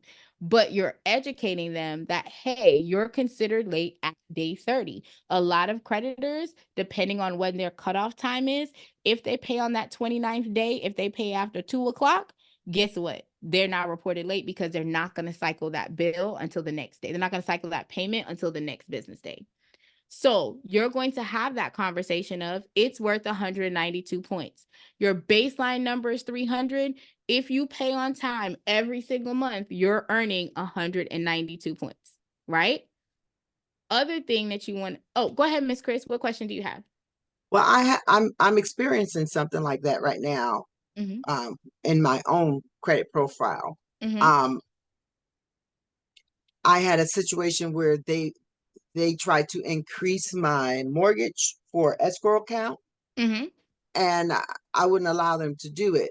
So that made they wouldn't accept my monthly payment. So can they count me late if I'm willing to pay, and they won't accept it? So when you say that they wouldn't accept it, you physically sent them the payment and they sent it back to you? No, they wouldn't. Well, there's a portal that we go in to pay, and in the portal it had a different amount, so it would only accept that amount. Right, the increase. And I wasn't in agreement with that. I wanted to keep the original agreement for the lesser amount, and it wouldn't allow me to pay. So I tried to call them to see if they would take it over the phone, and they would not take it. So that's a great question. So can they report that as late if they would not take because they did not get a payment? So here's what the workaround could have been. Now let's be clear. It doesn't mean that you still would not have been considered late, because if they're telling you that contractually we paid X amount of money, right? Like we paid your taxes up front, or we paid your whatever, your insurance up front. It went up. So therefore you owe us the money and we're going to put it on. That doesn't mean that they could not report you as late. The workaround that you would have been able to do is, had you mailed the payment in and they did not cash it, then you would be able to say, listen, I have the proof that I've been making the payment. I have the cashier's check. I have whatever that has not been cashed. And you guys have chosen to not pay. You guys have not chosen not to report me, but I have been paying. The problem is with the contract and with the fact that they are escrowing your profile, that's a different legality question. Does that make sense? But since they didn't accept the payment, the workaround that you could have used, if you would have been able to mail that payment in, even if they wouldn't take it over the phone, if you could have mailed that payment in and they would have cashed that check, then you could have argued, I paid on time. Well, that's what I end up doing. I mailed the check in. Yeah. So you mailed it in. Did they still report you as being late? Yes. So I would say to write a letter outside, just off the record. I would write a letter to the CEO of the company, and I would express that you were not explained that this was going to happen. Now, here's where the problem is going to come in.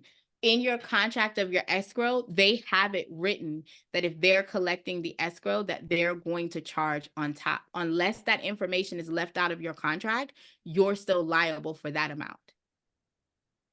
That doesn't mean they can't forgive you, but you're still liable to pay that back to them if they paid it forward for you. Does that make sense?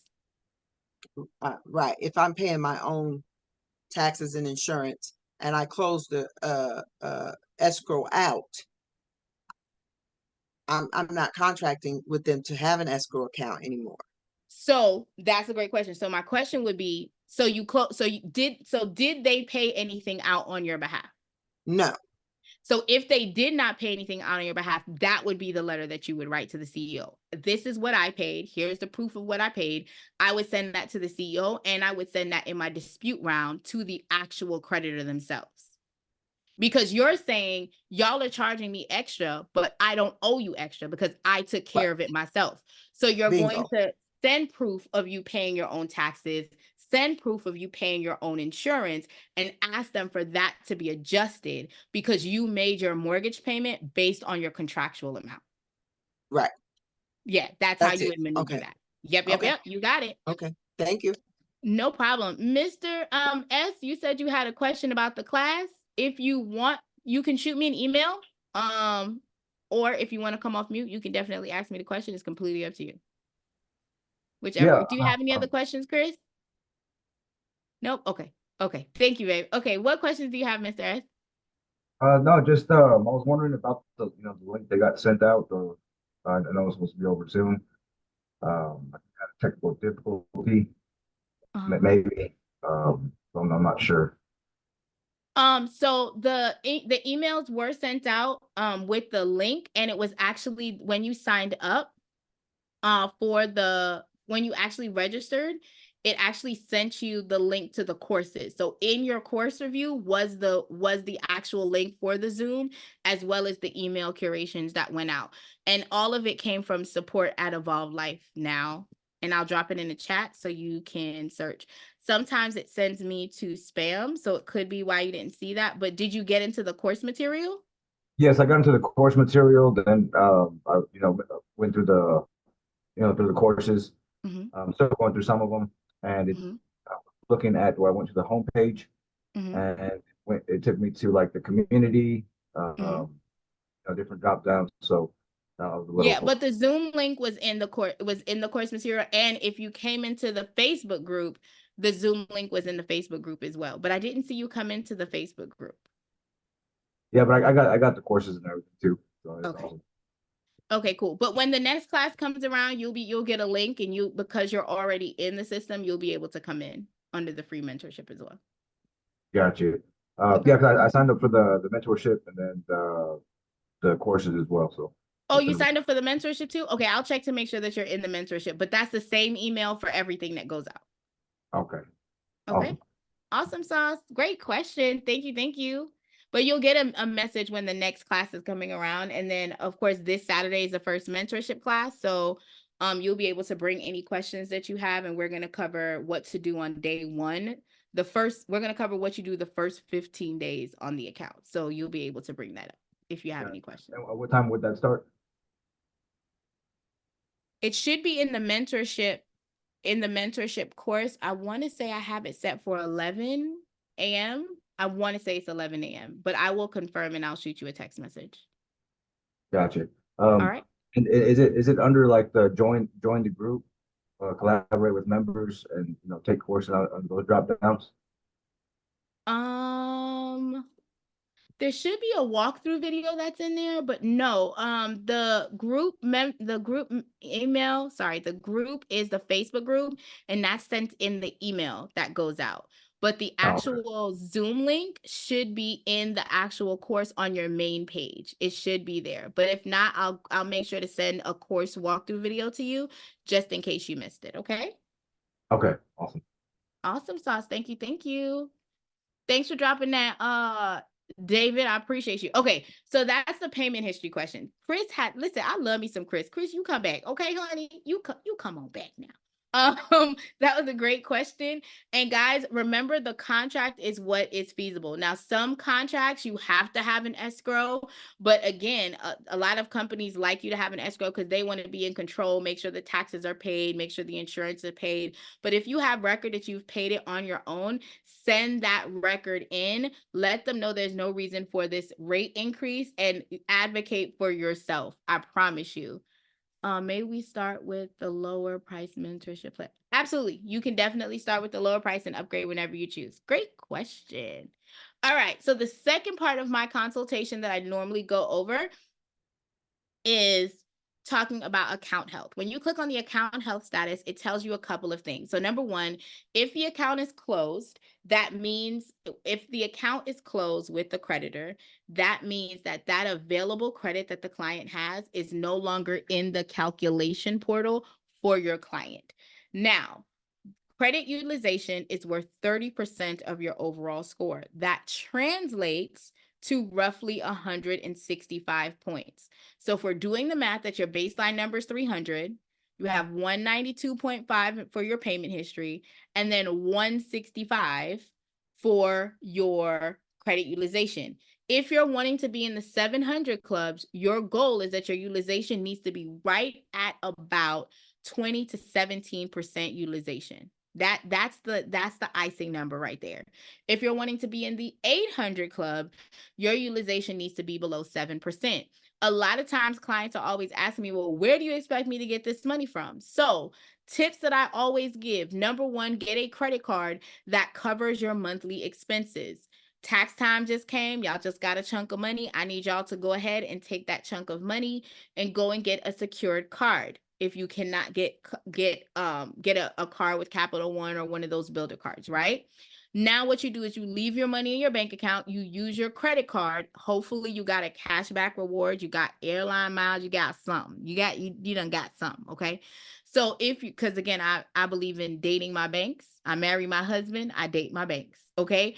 So you're trying to figure out that relationship, which one's gonna work, right?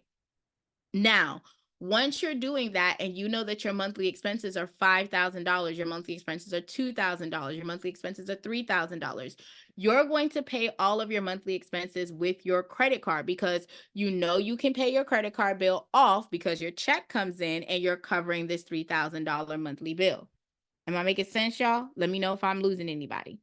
So if you have the credit card, now what you're going to Oh, you have a question? You have a question, iPhone? No, I just said making sense. It's only Miss Clay. Oh, hey, girl. So see you on Saturday. Okay. So when you have the credit card and your client is using the credit card, what you're going to have them focus on is the statement date, not the due date. Here's how I have the conversation. Your due date is is the latest possible time that you can make the payment before a fee is assessed from that company. So if we're talking about a credit card, your credit card payment is due on the 5th, you get charged a fee on the 6th, right? If we're talking about a car payment, your car payment is due on the 1st, you get charged a fee on the 15th. You talk about your mortgage is due on the 1st, you get charged on the 15th, a late fee. It is not, when it comes to the mortgage and the car, it's not late until you're 30 days past due, right? With the credit card, however, your credit card statement is the date that your information is being reported to all of the credit bureaus. So if this particular account that we're looking at and this person's monthly expenses is $5,000, they have $5,000 sitting in the bank account. Or let's say they just got paid, they don't have $5,000, but they have $2,000. Then we're going to instruct them, pay the $2,000 on the card, wait for your statement date to close, then go ahead and swipe the card to buy what it is that you need. You're going to be earning your cash back or your mileage or whatever it is you're earning for swiping that card, but you're also making sure that you're creating enough balance with your overall accounts to do what it is you need to do. Example I'm going to give is my son had 4 credit cards. The first 2 were like $200, $300 cards. He went out and we talked about what his monthly expenses are. His monthly expenses are $3,000. So instead of trying to have him not miss the statement dates, because he was not doing a good job with that, we paid off those little cards. And then we turned around and got a big card that has the full expense amount on it, right? His monthly expenses is $3,000. So now, every single month, he's using the card to pay his car payment. He's using the card to pay his rent. He's using the card to buy his food, to pay for his gas. And then right before his statement is about to close, he's taking the money that he was going to use in cash and paying it on his credit card. He has managed to take, and again, a lot of these cards are not paying that much in cash back, but he has over $100 that he's earned from using that card, right? It's all about educating him on how to navigate and become a beast in these credit streets, right? We have to have those conversations. So when you're educating your client, that's the conversation you have. So when they say, well, I had to pay my rent, cool. Does your rent accept card payments? Like, yeah, they may charge a $2 fee or a $3 fee, but on the back end, if you didn't have all of the rent, guess what you did have? A credit card that you could have put the rent on, and then you turn right back around, and before the statement date closes, you pay the full credit card. Now, I get into like the whole banking system and how that helps the banking system on the personal end, but just talking about on the balancing your numbers end, you're able to leverage what you need by making sure that you're paying your balances off, even if you have to turn around and use that card right after. And when I say right after, you want to make sure the statement date closes. So it's always 2 days before the statement date closes. When does the statement date close? to start using it again. So you would have to look at your credit card statement. So if you pull up your credit card statement, it might say open and close. It might say beginning and end. So that information is there. So for instance, with my Bank of America card, it starts over on the 9th of every month. Let's say we're using them, right? On the 9th of every month, it cycles, but my bill for Bank of America is due on the 5th. So for me, I'm going to make the payment on the 5th because it's going to report on the 9th. If it was different, where let's say my bill was due on the 17th, but my statement closed on the 9th, I'm going to make the payment on the 7th because I want to pay it down to the lowest possible because it's going to report on the 9th, even though I don't have to pay it until the 17th, because I'm not caring about the due date. I'm caring about what are you going to run and tell the credit bureaus about my management of the profile, right? So let's take another client. Let's say this is a great one. So this one, their utilization is over their credit limit. So if I'm talking to a client that their utilization is above their credit limit, the conversation I'm going to have, because this is not going to look good, guys. This is saying that you are not responsible at paying back your bills, because more than likely this person has had late fees on top of late fees on top of late fees. And once the late fees hit and then the interest hit, you're not over your limit. So I'm going to tell my client, hey, I need you to pay the minimum payment times 2 plus $4. So that way, when that cycle comes back around and it hits me again with interest, I'm not over my limit. I'm creating myself some space for me to be where I need to be. I hope I'm making sense. If I'm not making sense, come on in, let me know. But that's what the benefit is with Credit Dyno. Any questions on what I've covered so far before we go into the attack?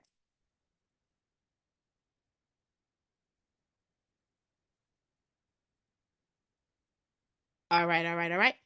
So the system has already picked the accounts that are impacting the client's credit score right now. So I don't have to do any additional work. I don't need to look for anything. It's already selected closed accounts, open accounts, everything that's there that's impacting my client score. So now I'm going to go ahead and hit save filter. And then I'm going to come into the system and I'm going to tell the system what attacks it needs to go. So Chris the gentleman, if you want to come off mute, we can. The question that Chris asked earlier were, what are static letters? So first, I'm going to cover the letters that you are able to process as dispute letters. So originally, when this form came out, there were different rounds of attacks. So there was a blue attack, a red attack, a black attack, because, again, it was all about ninja, the ninja action. So we had different attacks. So each letter has a different verbiage or amount of accounts that it's collecting and writing in that letter sequence. The current flow that we have is only doing the punch of fury. So if you're looking at the current flow, we're going to, most of the letters are going to be a punch of flurry. We're going to jump into some round kicks, but this is telling the system the type of letter that it's going to pick out, and then how aggressive is that tone going to be. So the first round, the letter is supposed to be handwritten. You're going to click on Supreme Boosted for the Punch of Fury. If you guys have the Pro and you're using Credit Dyno, you are simply clicking this button right here to generate creditor letters. That's all you have to do. So if you have Pro and you have Credit Dyno, you're going to select Generate Handwritten. So if this was round 2 and not round 1, we wouldn't select handwritten. We would just come in here. We would select the generate creditor letter, and then we select that particular letter for that specific round. Does that make sense? Let me know if I'm making it clear. All right. Now, hold on real quick. No problem. So with the Pro, it'll generate the creditor's letters, but on the free version, you gotta do start round, and it'll create the letter for you, right? On the free version, it does not create creditor letters. So you will only get the letters to the 3 major credit bureaus in this round of attack. So I'm on the free platform. When I hit start round, and I'm going to show you, it's literally only going to generate letters to go to TransUnion, Experian, Equifax. That is it. That is all. Aren't those the creditors or no? No. Oh, that's a great question. Okay, you knew, Chris. Come on up to the club, Chris. Okay, so the creditors, let me go back one so that I can visually show you. These are your creditors. Capital One, Bank of America, Oh, it sends a letter right? to them Nelnet. too? So if you are on the pro and you select creditor, it will send the letter to, you'll get a set of letters for the credit bureau, and then you will get specific letters generated to LVNV, to Oh, that's Capital dope. One, That's to dope. Bank of America. So Okay. now you're not just disputing. And the reason that we did this is because we did find that a lot of times the system, to Miss LG, I know that they left, but to Miss LG's point, a lot of times they'll send it back that it's verified, that they've checked their system and it's verified. They didn't even contact the creditor, Capital One, to verify when did this go late, right? So like my letter to Capital One is going to be validate that this actually went late in July. Validate that this is the amount that they actually owe. Like, do they really owe $5,183, right? But if I'm just using the free version, it's only giving me a TAC for the three, or in this particular case, I would only have Capital One on TransUnion and Experian. I would only have Bank of America on TransUnion and Experian because they're not showing up on Equifax. So the letter will be generated, but it will only go to the credit bureaus.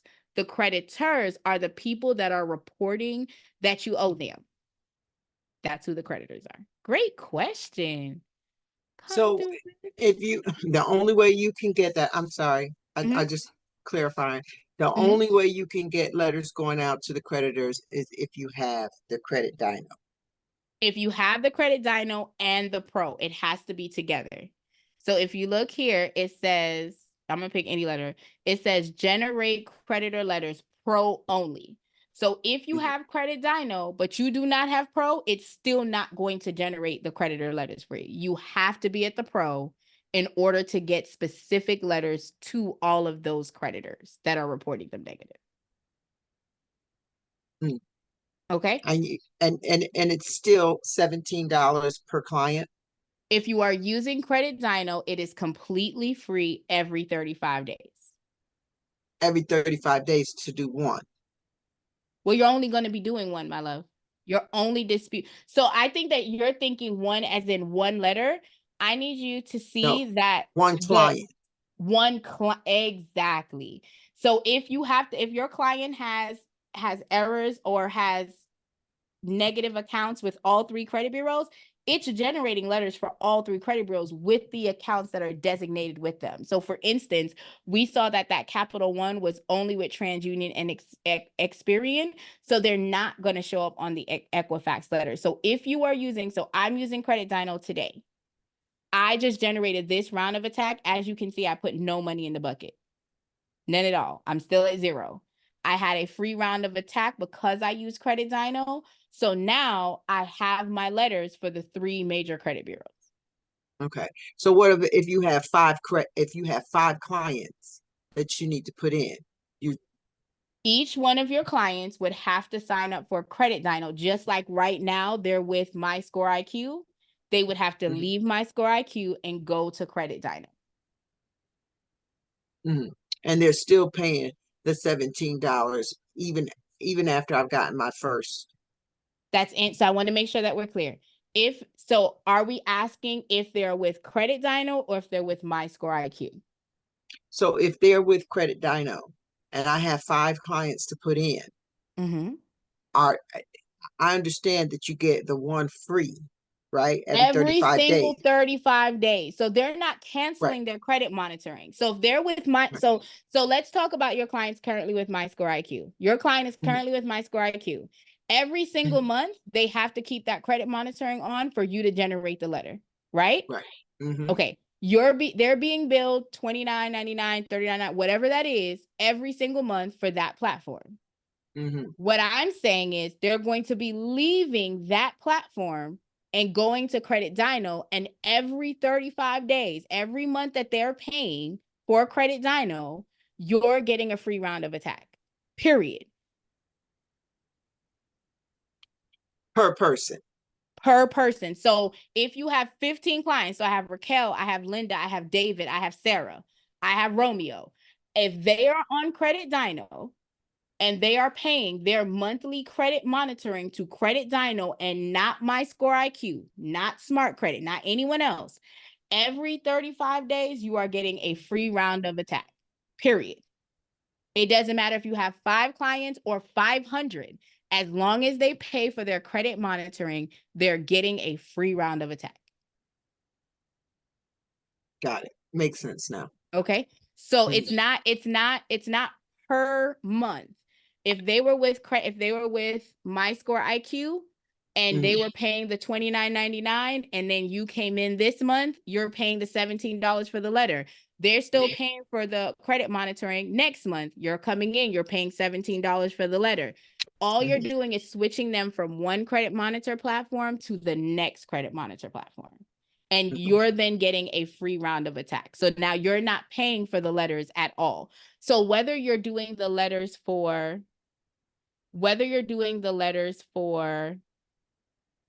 the credit bureau or the creditor, as long as you do it at the same time. So this is something that I saw someone else do. So if, let's say this is month 2.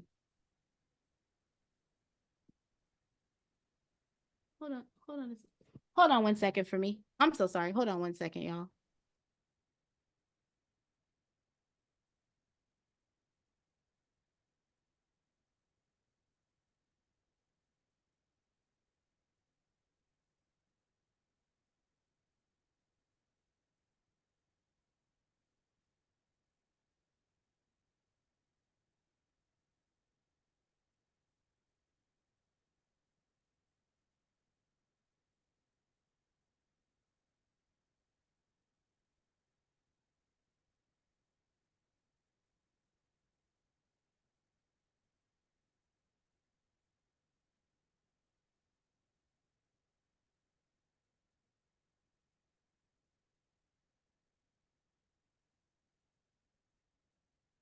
So sorry, guys. I just saw someone signing a flashlight. My office is at the front of my house. So when I saw the flashlight, I was like, wait a minute.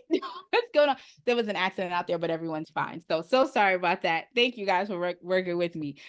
So when we're talking about credit monitoring, whether they are with Smart Credit, My Score IQ, Identity IQ, if they stay with those credit monitoring month after month, you're charged $17 for the round.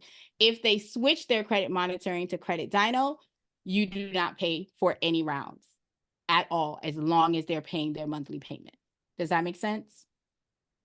Yeah, and then I would still be paying for the monthly pro. Correct. Okay. Correct. Unless you're choosing to keep it free. If you're choosing to keep the free platform, then you're still, again, the platform is free. You're just generating the letters, and it's only going to be generated for the 3 credit bureaus and then the secondary bureaus, which we're going to get into in a second. Okay. All right. Did I help you a little bit, or is it still Yeah. blurry? Yeah, you gave me good understanding. I understand it so much better now. Awesome sauce. Awesome sauce. All right. So Chris, sir, I want to talk about these static letters. So the question that you had was, what are the static letters? And static letters is housed for anything that is not a standard dispute. So that's the best verbiage that I can use. So when you're going into the file, these are attack letters that have certain information. So if you look on the screen, it says, this letter for the pinwheel attack, it will give you up to 7 negative accounts, up to 10 inquiries. So that means if your client has 200 inquiries, there are going to be more letters because every letter is only capped at 10 inquiries, right? This one says, Punch of Fury says that it does personal information, inquiries, everything else. The round kick does 5 accounts, up to 9 inquiries. So these are specific dispute letters that have the AI algorithm written into it for it to work. The static letters, however, are a little bit different. So there are static letters that go specifically to the creditor, like a cease and desist, a debt validation letter. This is a goodwill letter to the original creditor, okay? a pay per delete letter. So if you're having a conversation with a company and they're like, and you're saying to them, listen, I'm willing to go ahead and do a pay per delete with you, you can come in here and select this letter. If your client has bankruptcy, if there's a demand, if there is a failure to respond, a personal information letter, if something gets reinserted into the credit report, but you were not given the ability to know about it, all of that is here, right?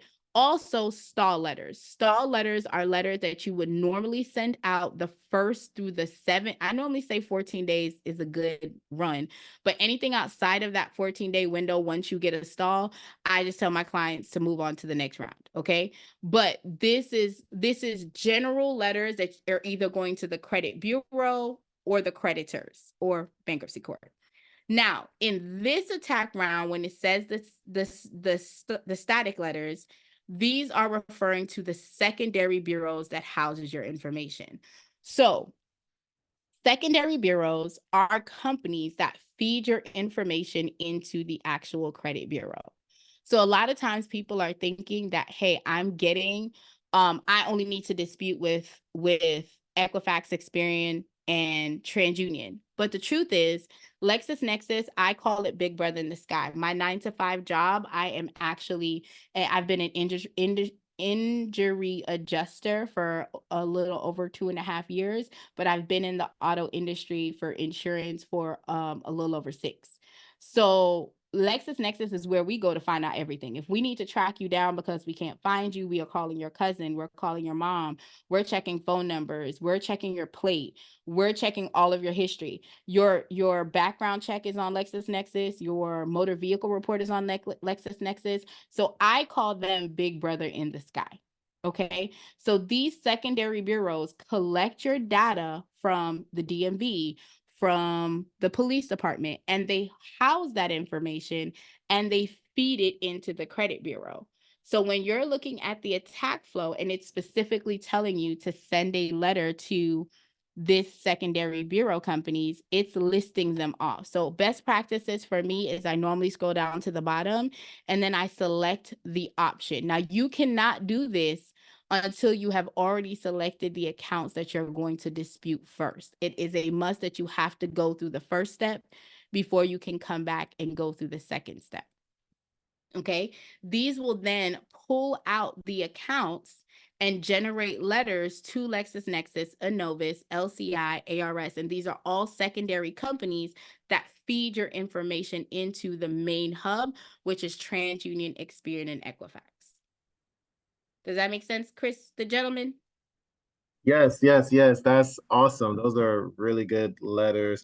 When would I send those like secondary letters? When would I send that out? So here's the attack guide. When would you send it out? Okay. So this here attack number is round. So think of attack number as rounds. So this is round 1, round 2, round 3, round 4. So all of these rounds, you're supposed to you're send it doing for the static first. letters. Oh, And then okay. you're not going to send it for round 5 and round 6. Then you go back to sending it 7 and 8. So to your point, when you say, well, how when I'm doing this, does it take this long? It depends. I've had a client where they came to me specifically to get them to a 680 because they wanted to purchase a home and that was the number that they needed. Once they got to 680, we got them there in 2.5 months. They left the program, right? Because their goal was to get that house and they got the number that they needed. So it depends on what is your goal, what is your end number, how many things do you have to send out during the process. So that's why you cannot give a specific, oh, I can get everything deleted off at a certain time. If you're, I'm not a fraudster, okay? I'm just telling y'all, I keep it real.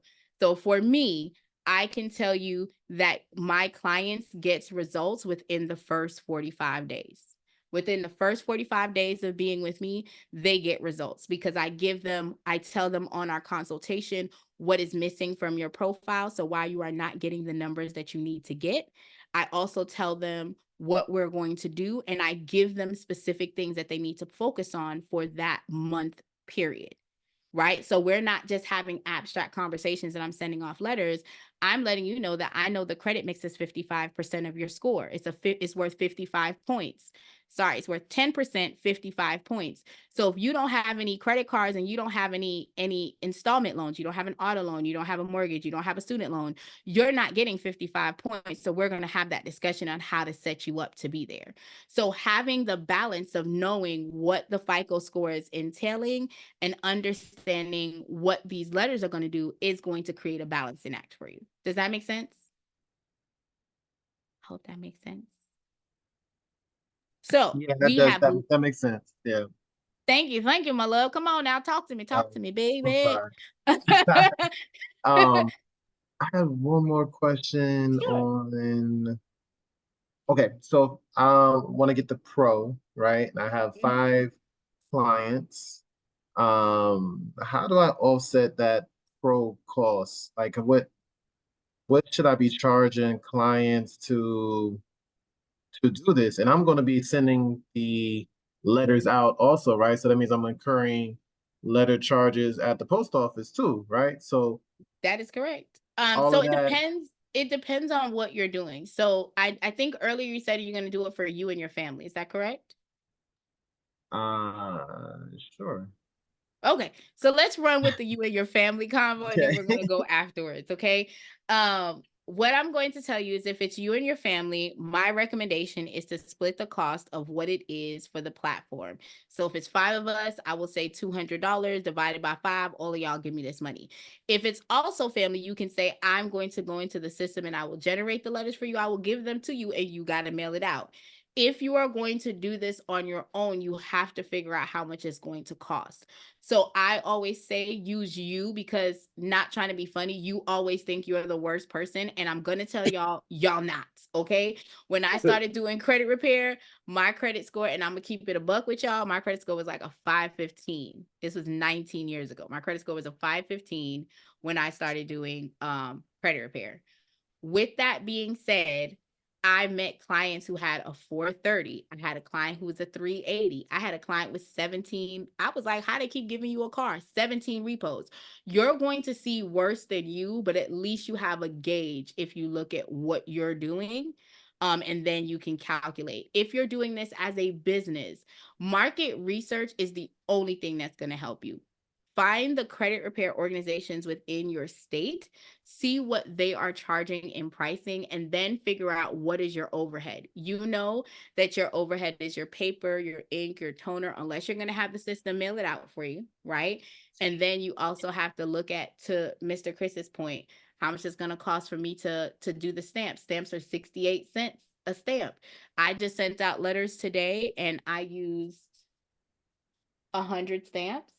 And then I still paid an additional $20 for my full-size envelopes, right? So I did work today. So it does depend on the market, what your overhead is, and that's how you're calculating your price. So I would say if you're going to do this as a business, start out by looking at how much people are charging within your demographic, and then maybe half it and see if you can see if that number matches what you're looking for.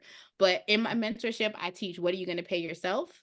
What does it cost to do business? And then what are you trying to make as a profit for you to come up with that number? But that's a great question. A question in the chat is, hello, I was wondering what score Credit Dino use. It is the Vantage score. It is not the FICO 8 score. On offset and pro cost. Absolutely.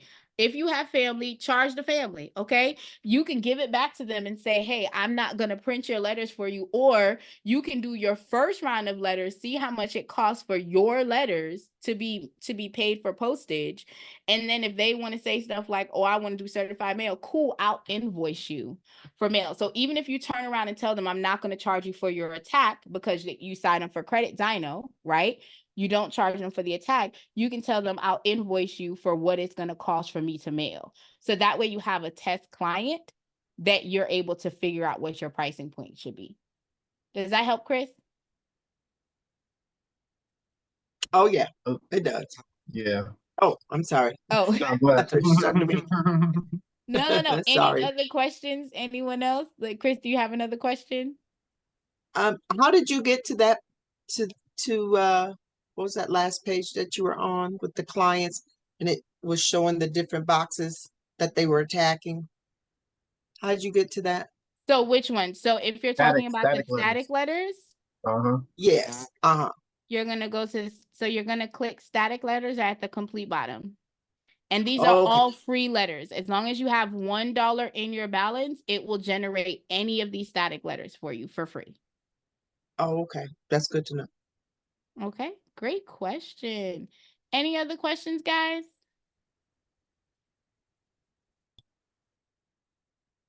So for you, Miss Chris, if you, with your clients being with credit with My Score IQ, every single month you would have to log into My Score IQ, get the updated report, then put it in the platform. When they're with Credit Dino, you're just coming to Credit Dino, you're doing the one-click import and you're going. Okay. So that's again whether and again that's whether you're free or you're pro. The one-click import is there and they will automatically get a free round of attack. So when you click, let me go back to settings and you go to activity, you get to see free round of attack because I did the import. So every month that they're paying for their Credit Dino, you come in after, and I want to be clear, it's 35 days. If you come in and pull on 30 days, you're going to be billed $17. You pull on 31 day, you're going to be billed $17. So you have to look, and I'm going to show you on the client platform. Right here, it says day 0. It tracks not just here, but on your dashboard. It will track too once it gets updated in the system. So you can see what day are you at. Every 35 days, you get a free round of attack as long as they're paying for that credit monitoring software. I see the static letters on the round 1. Is this what we can also do, or is this included? So you have to come back in. So earlier, great question. You have to select what you're disputing first. Okay. You have to select what you're disputing first. You're going to hit save. Then you're going to select your round of attack first. So if you're doing round 1, it's Punch of Fury Supreme Boosted. If you're doing round 2, it's Punch of Fury Regular. So you're going to come in here. If this was round 2, I would be hitting Punch of Fury.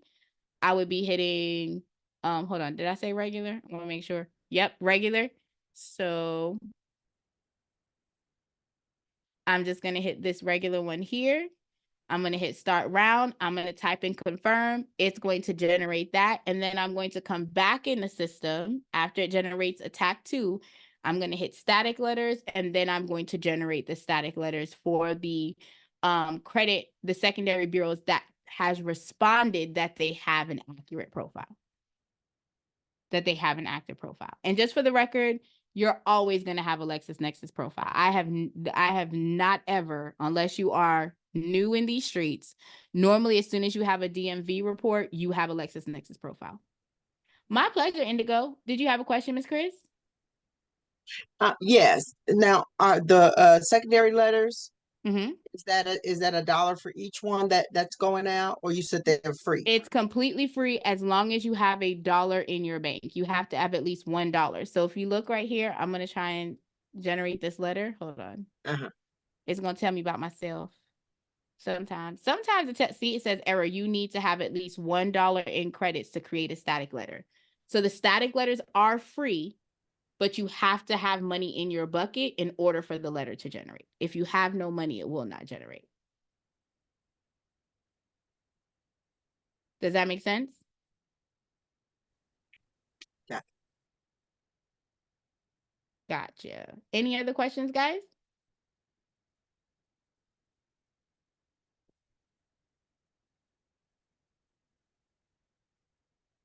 Let me know if you guys have any questions. Oh, you know what? I'm going to actually log out of this. Let me stop sharing really quickly. And I'm going to log into my test account. So if you guys have any questions, you can ask them. Please delete.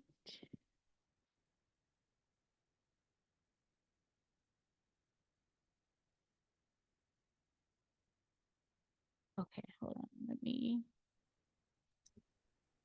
log in. I'm gonna play with mines a little bit more tonight.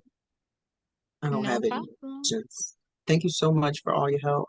It is my pleasure. I'm going to go ahead and let me share the screen again. So hold on, let me.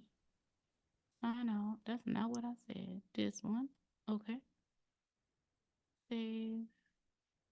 All right. So this is my tester account, right? So when I'm coming here, and let's say this was a round of attack that I was doing, and I already completed my round of attack, and now I need to do my static letters. I'll be able to come in, click on all the companies that apply, hit start round, and because I have money in my bank, it's going to generate the static letters for me for that secondary bureau.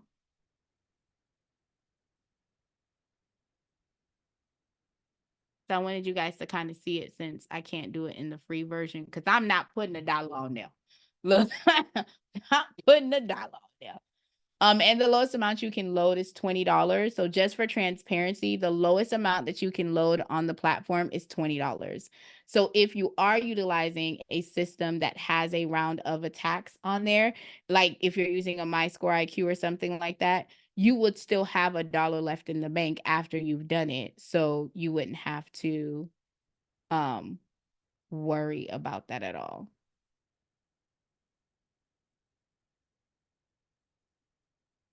All right. Miss Washington had a question about the mentorship group. So the mentorship group, there are 2 tiers. They both offer the same thing. You still get to meet with me twice a month. The difference is with the higher tier, you actually get to have access to a CPA who is going to help with bookkeeping. So that CPA meets you once a month to have discussions about what your bookkeeping should look like for your business.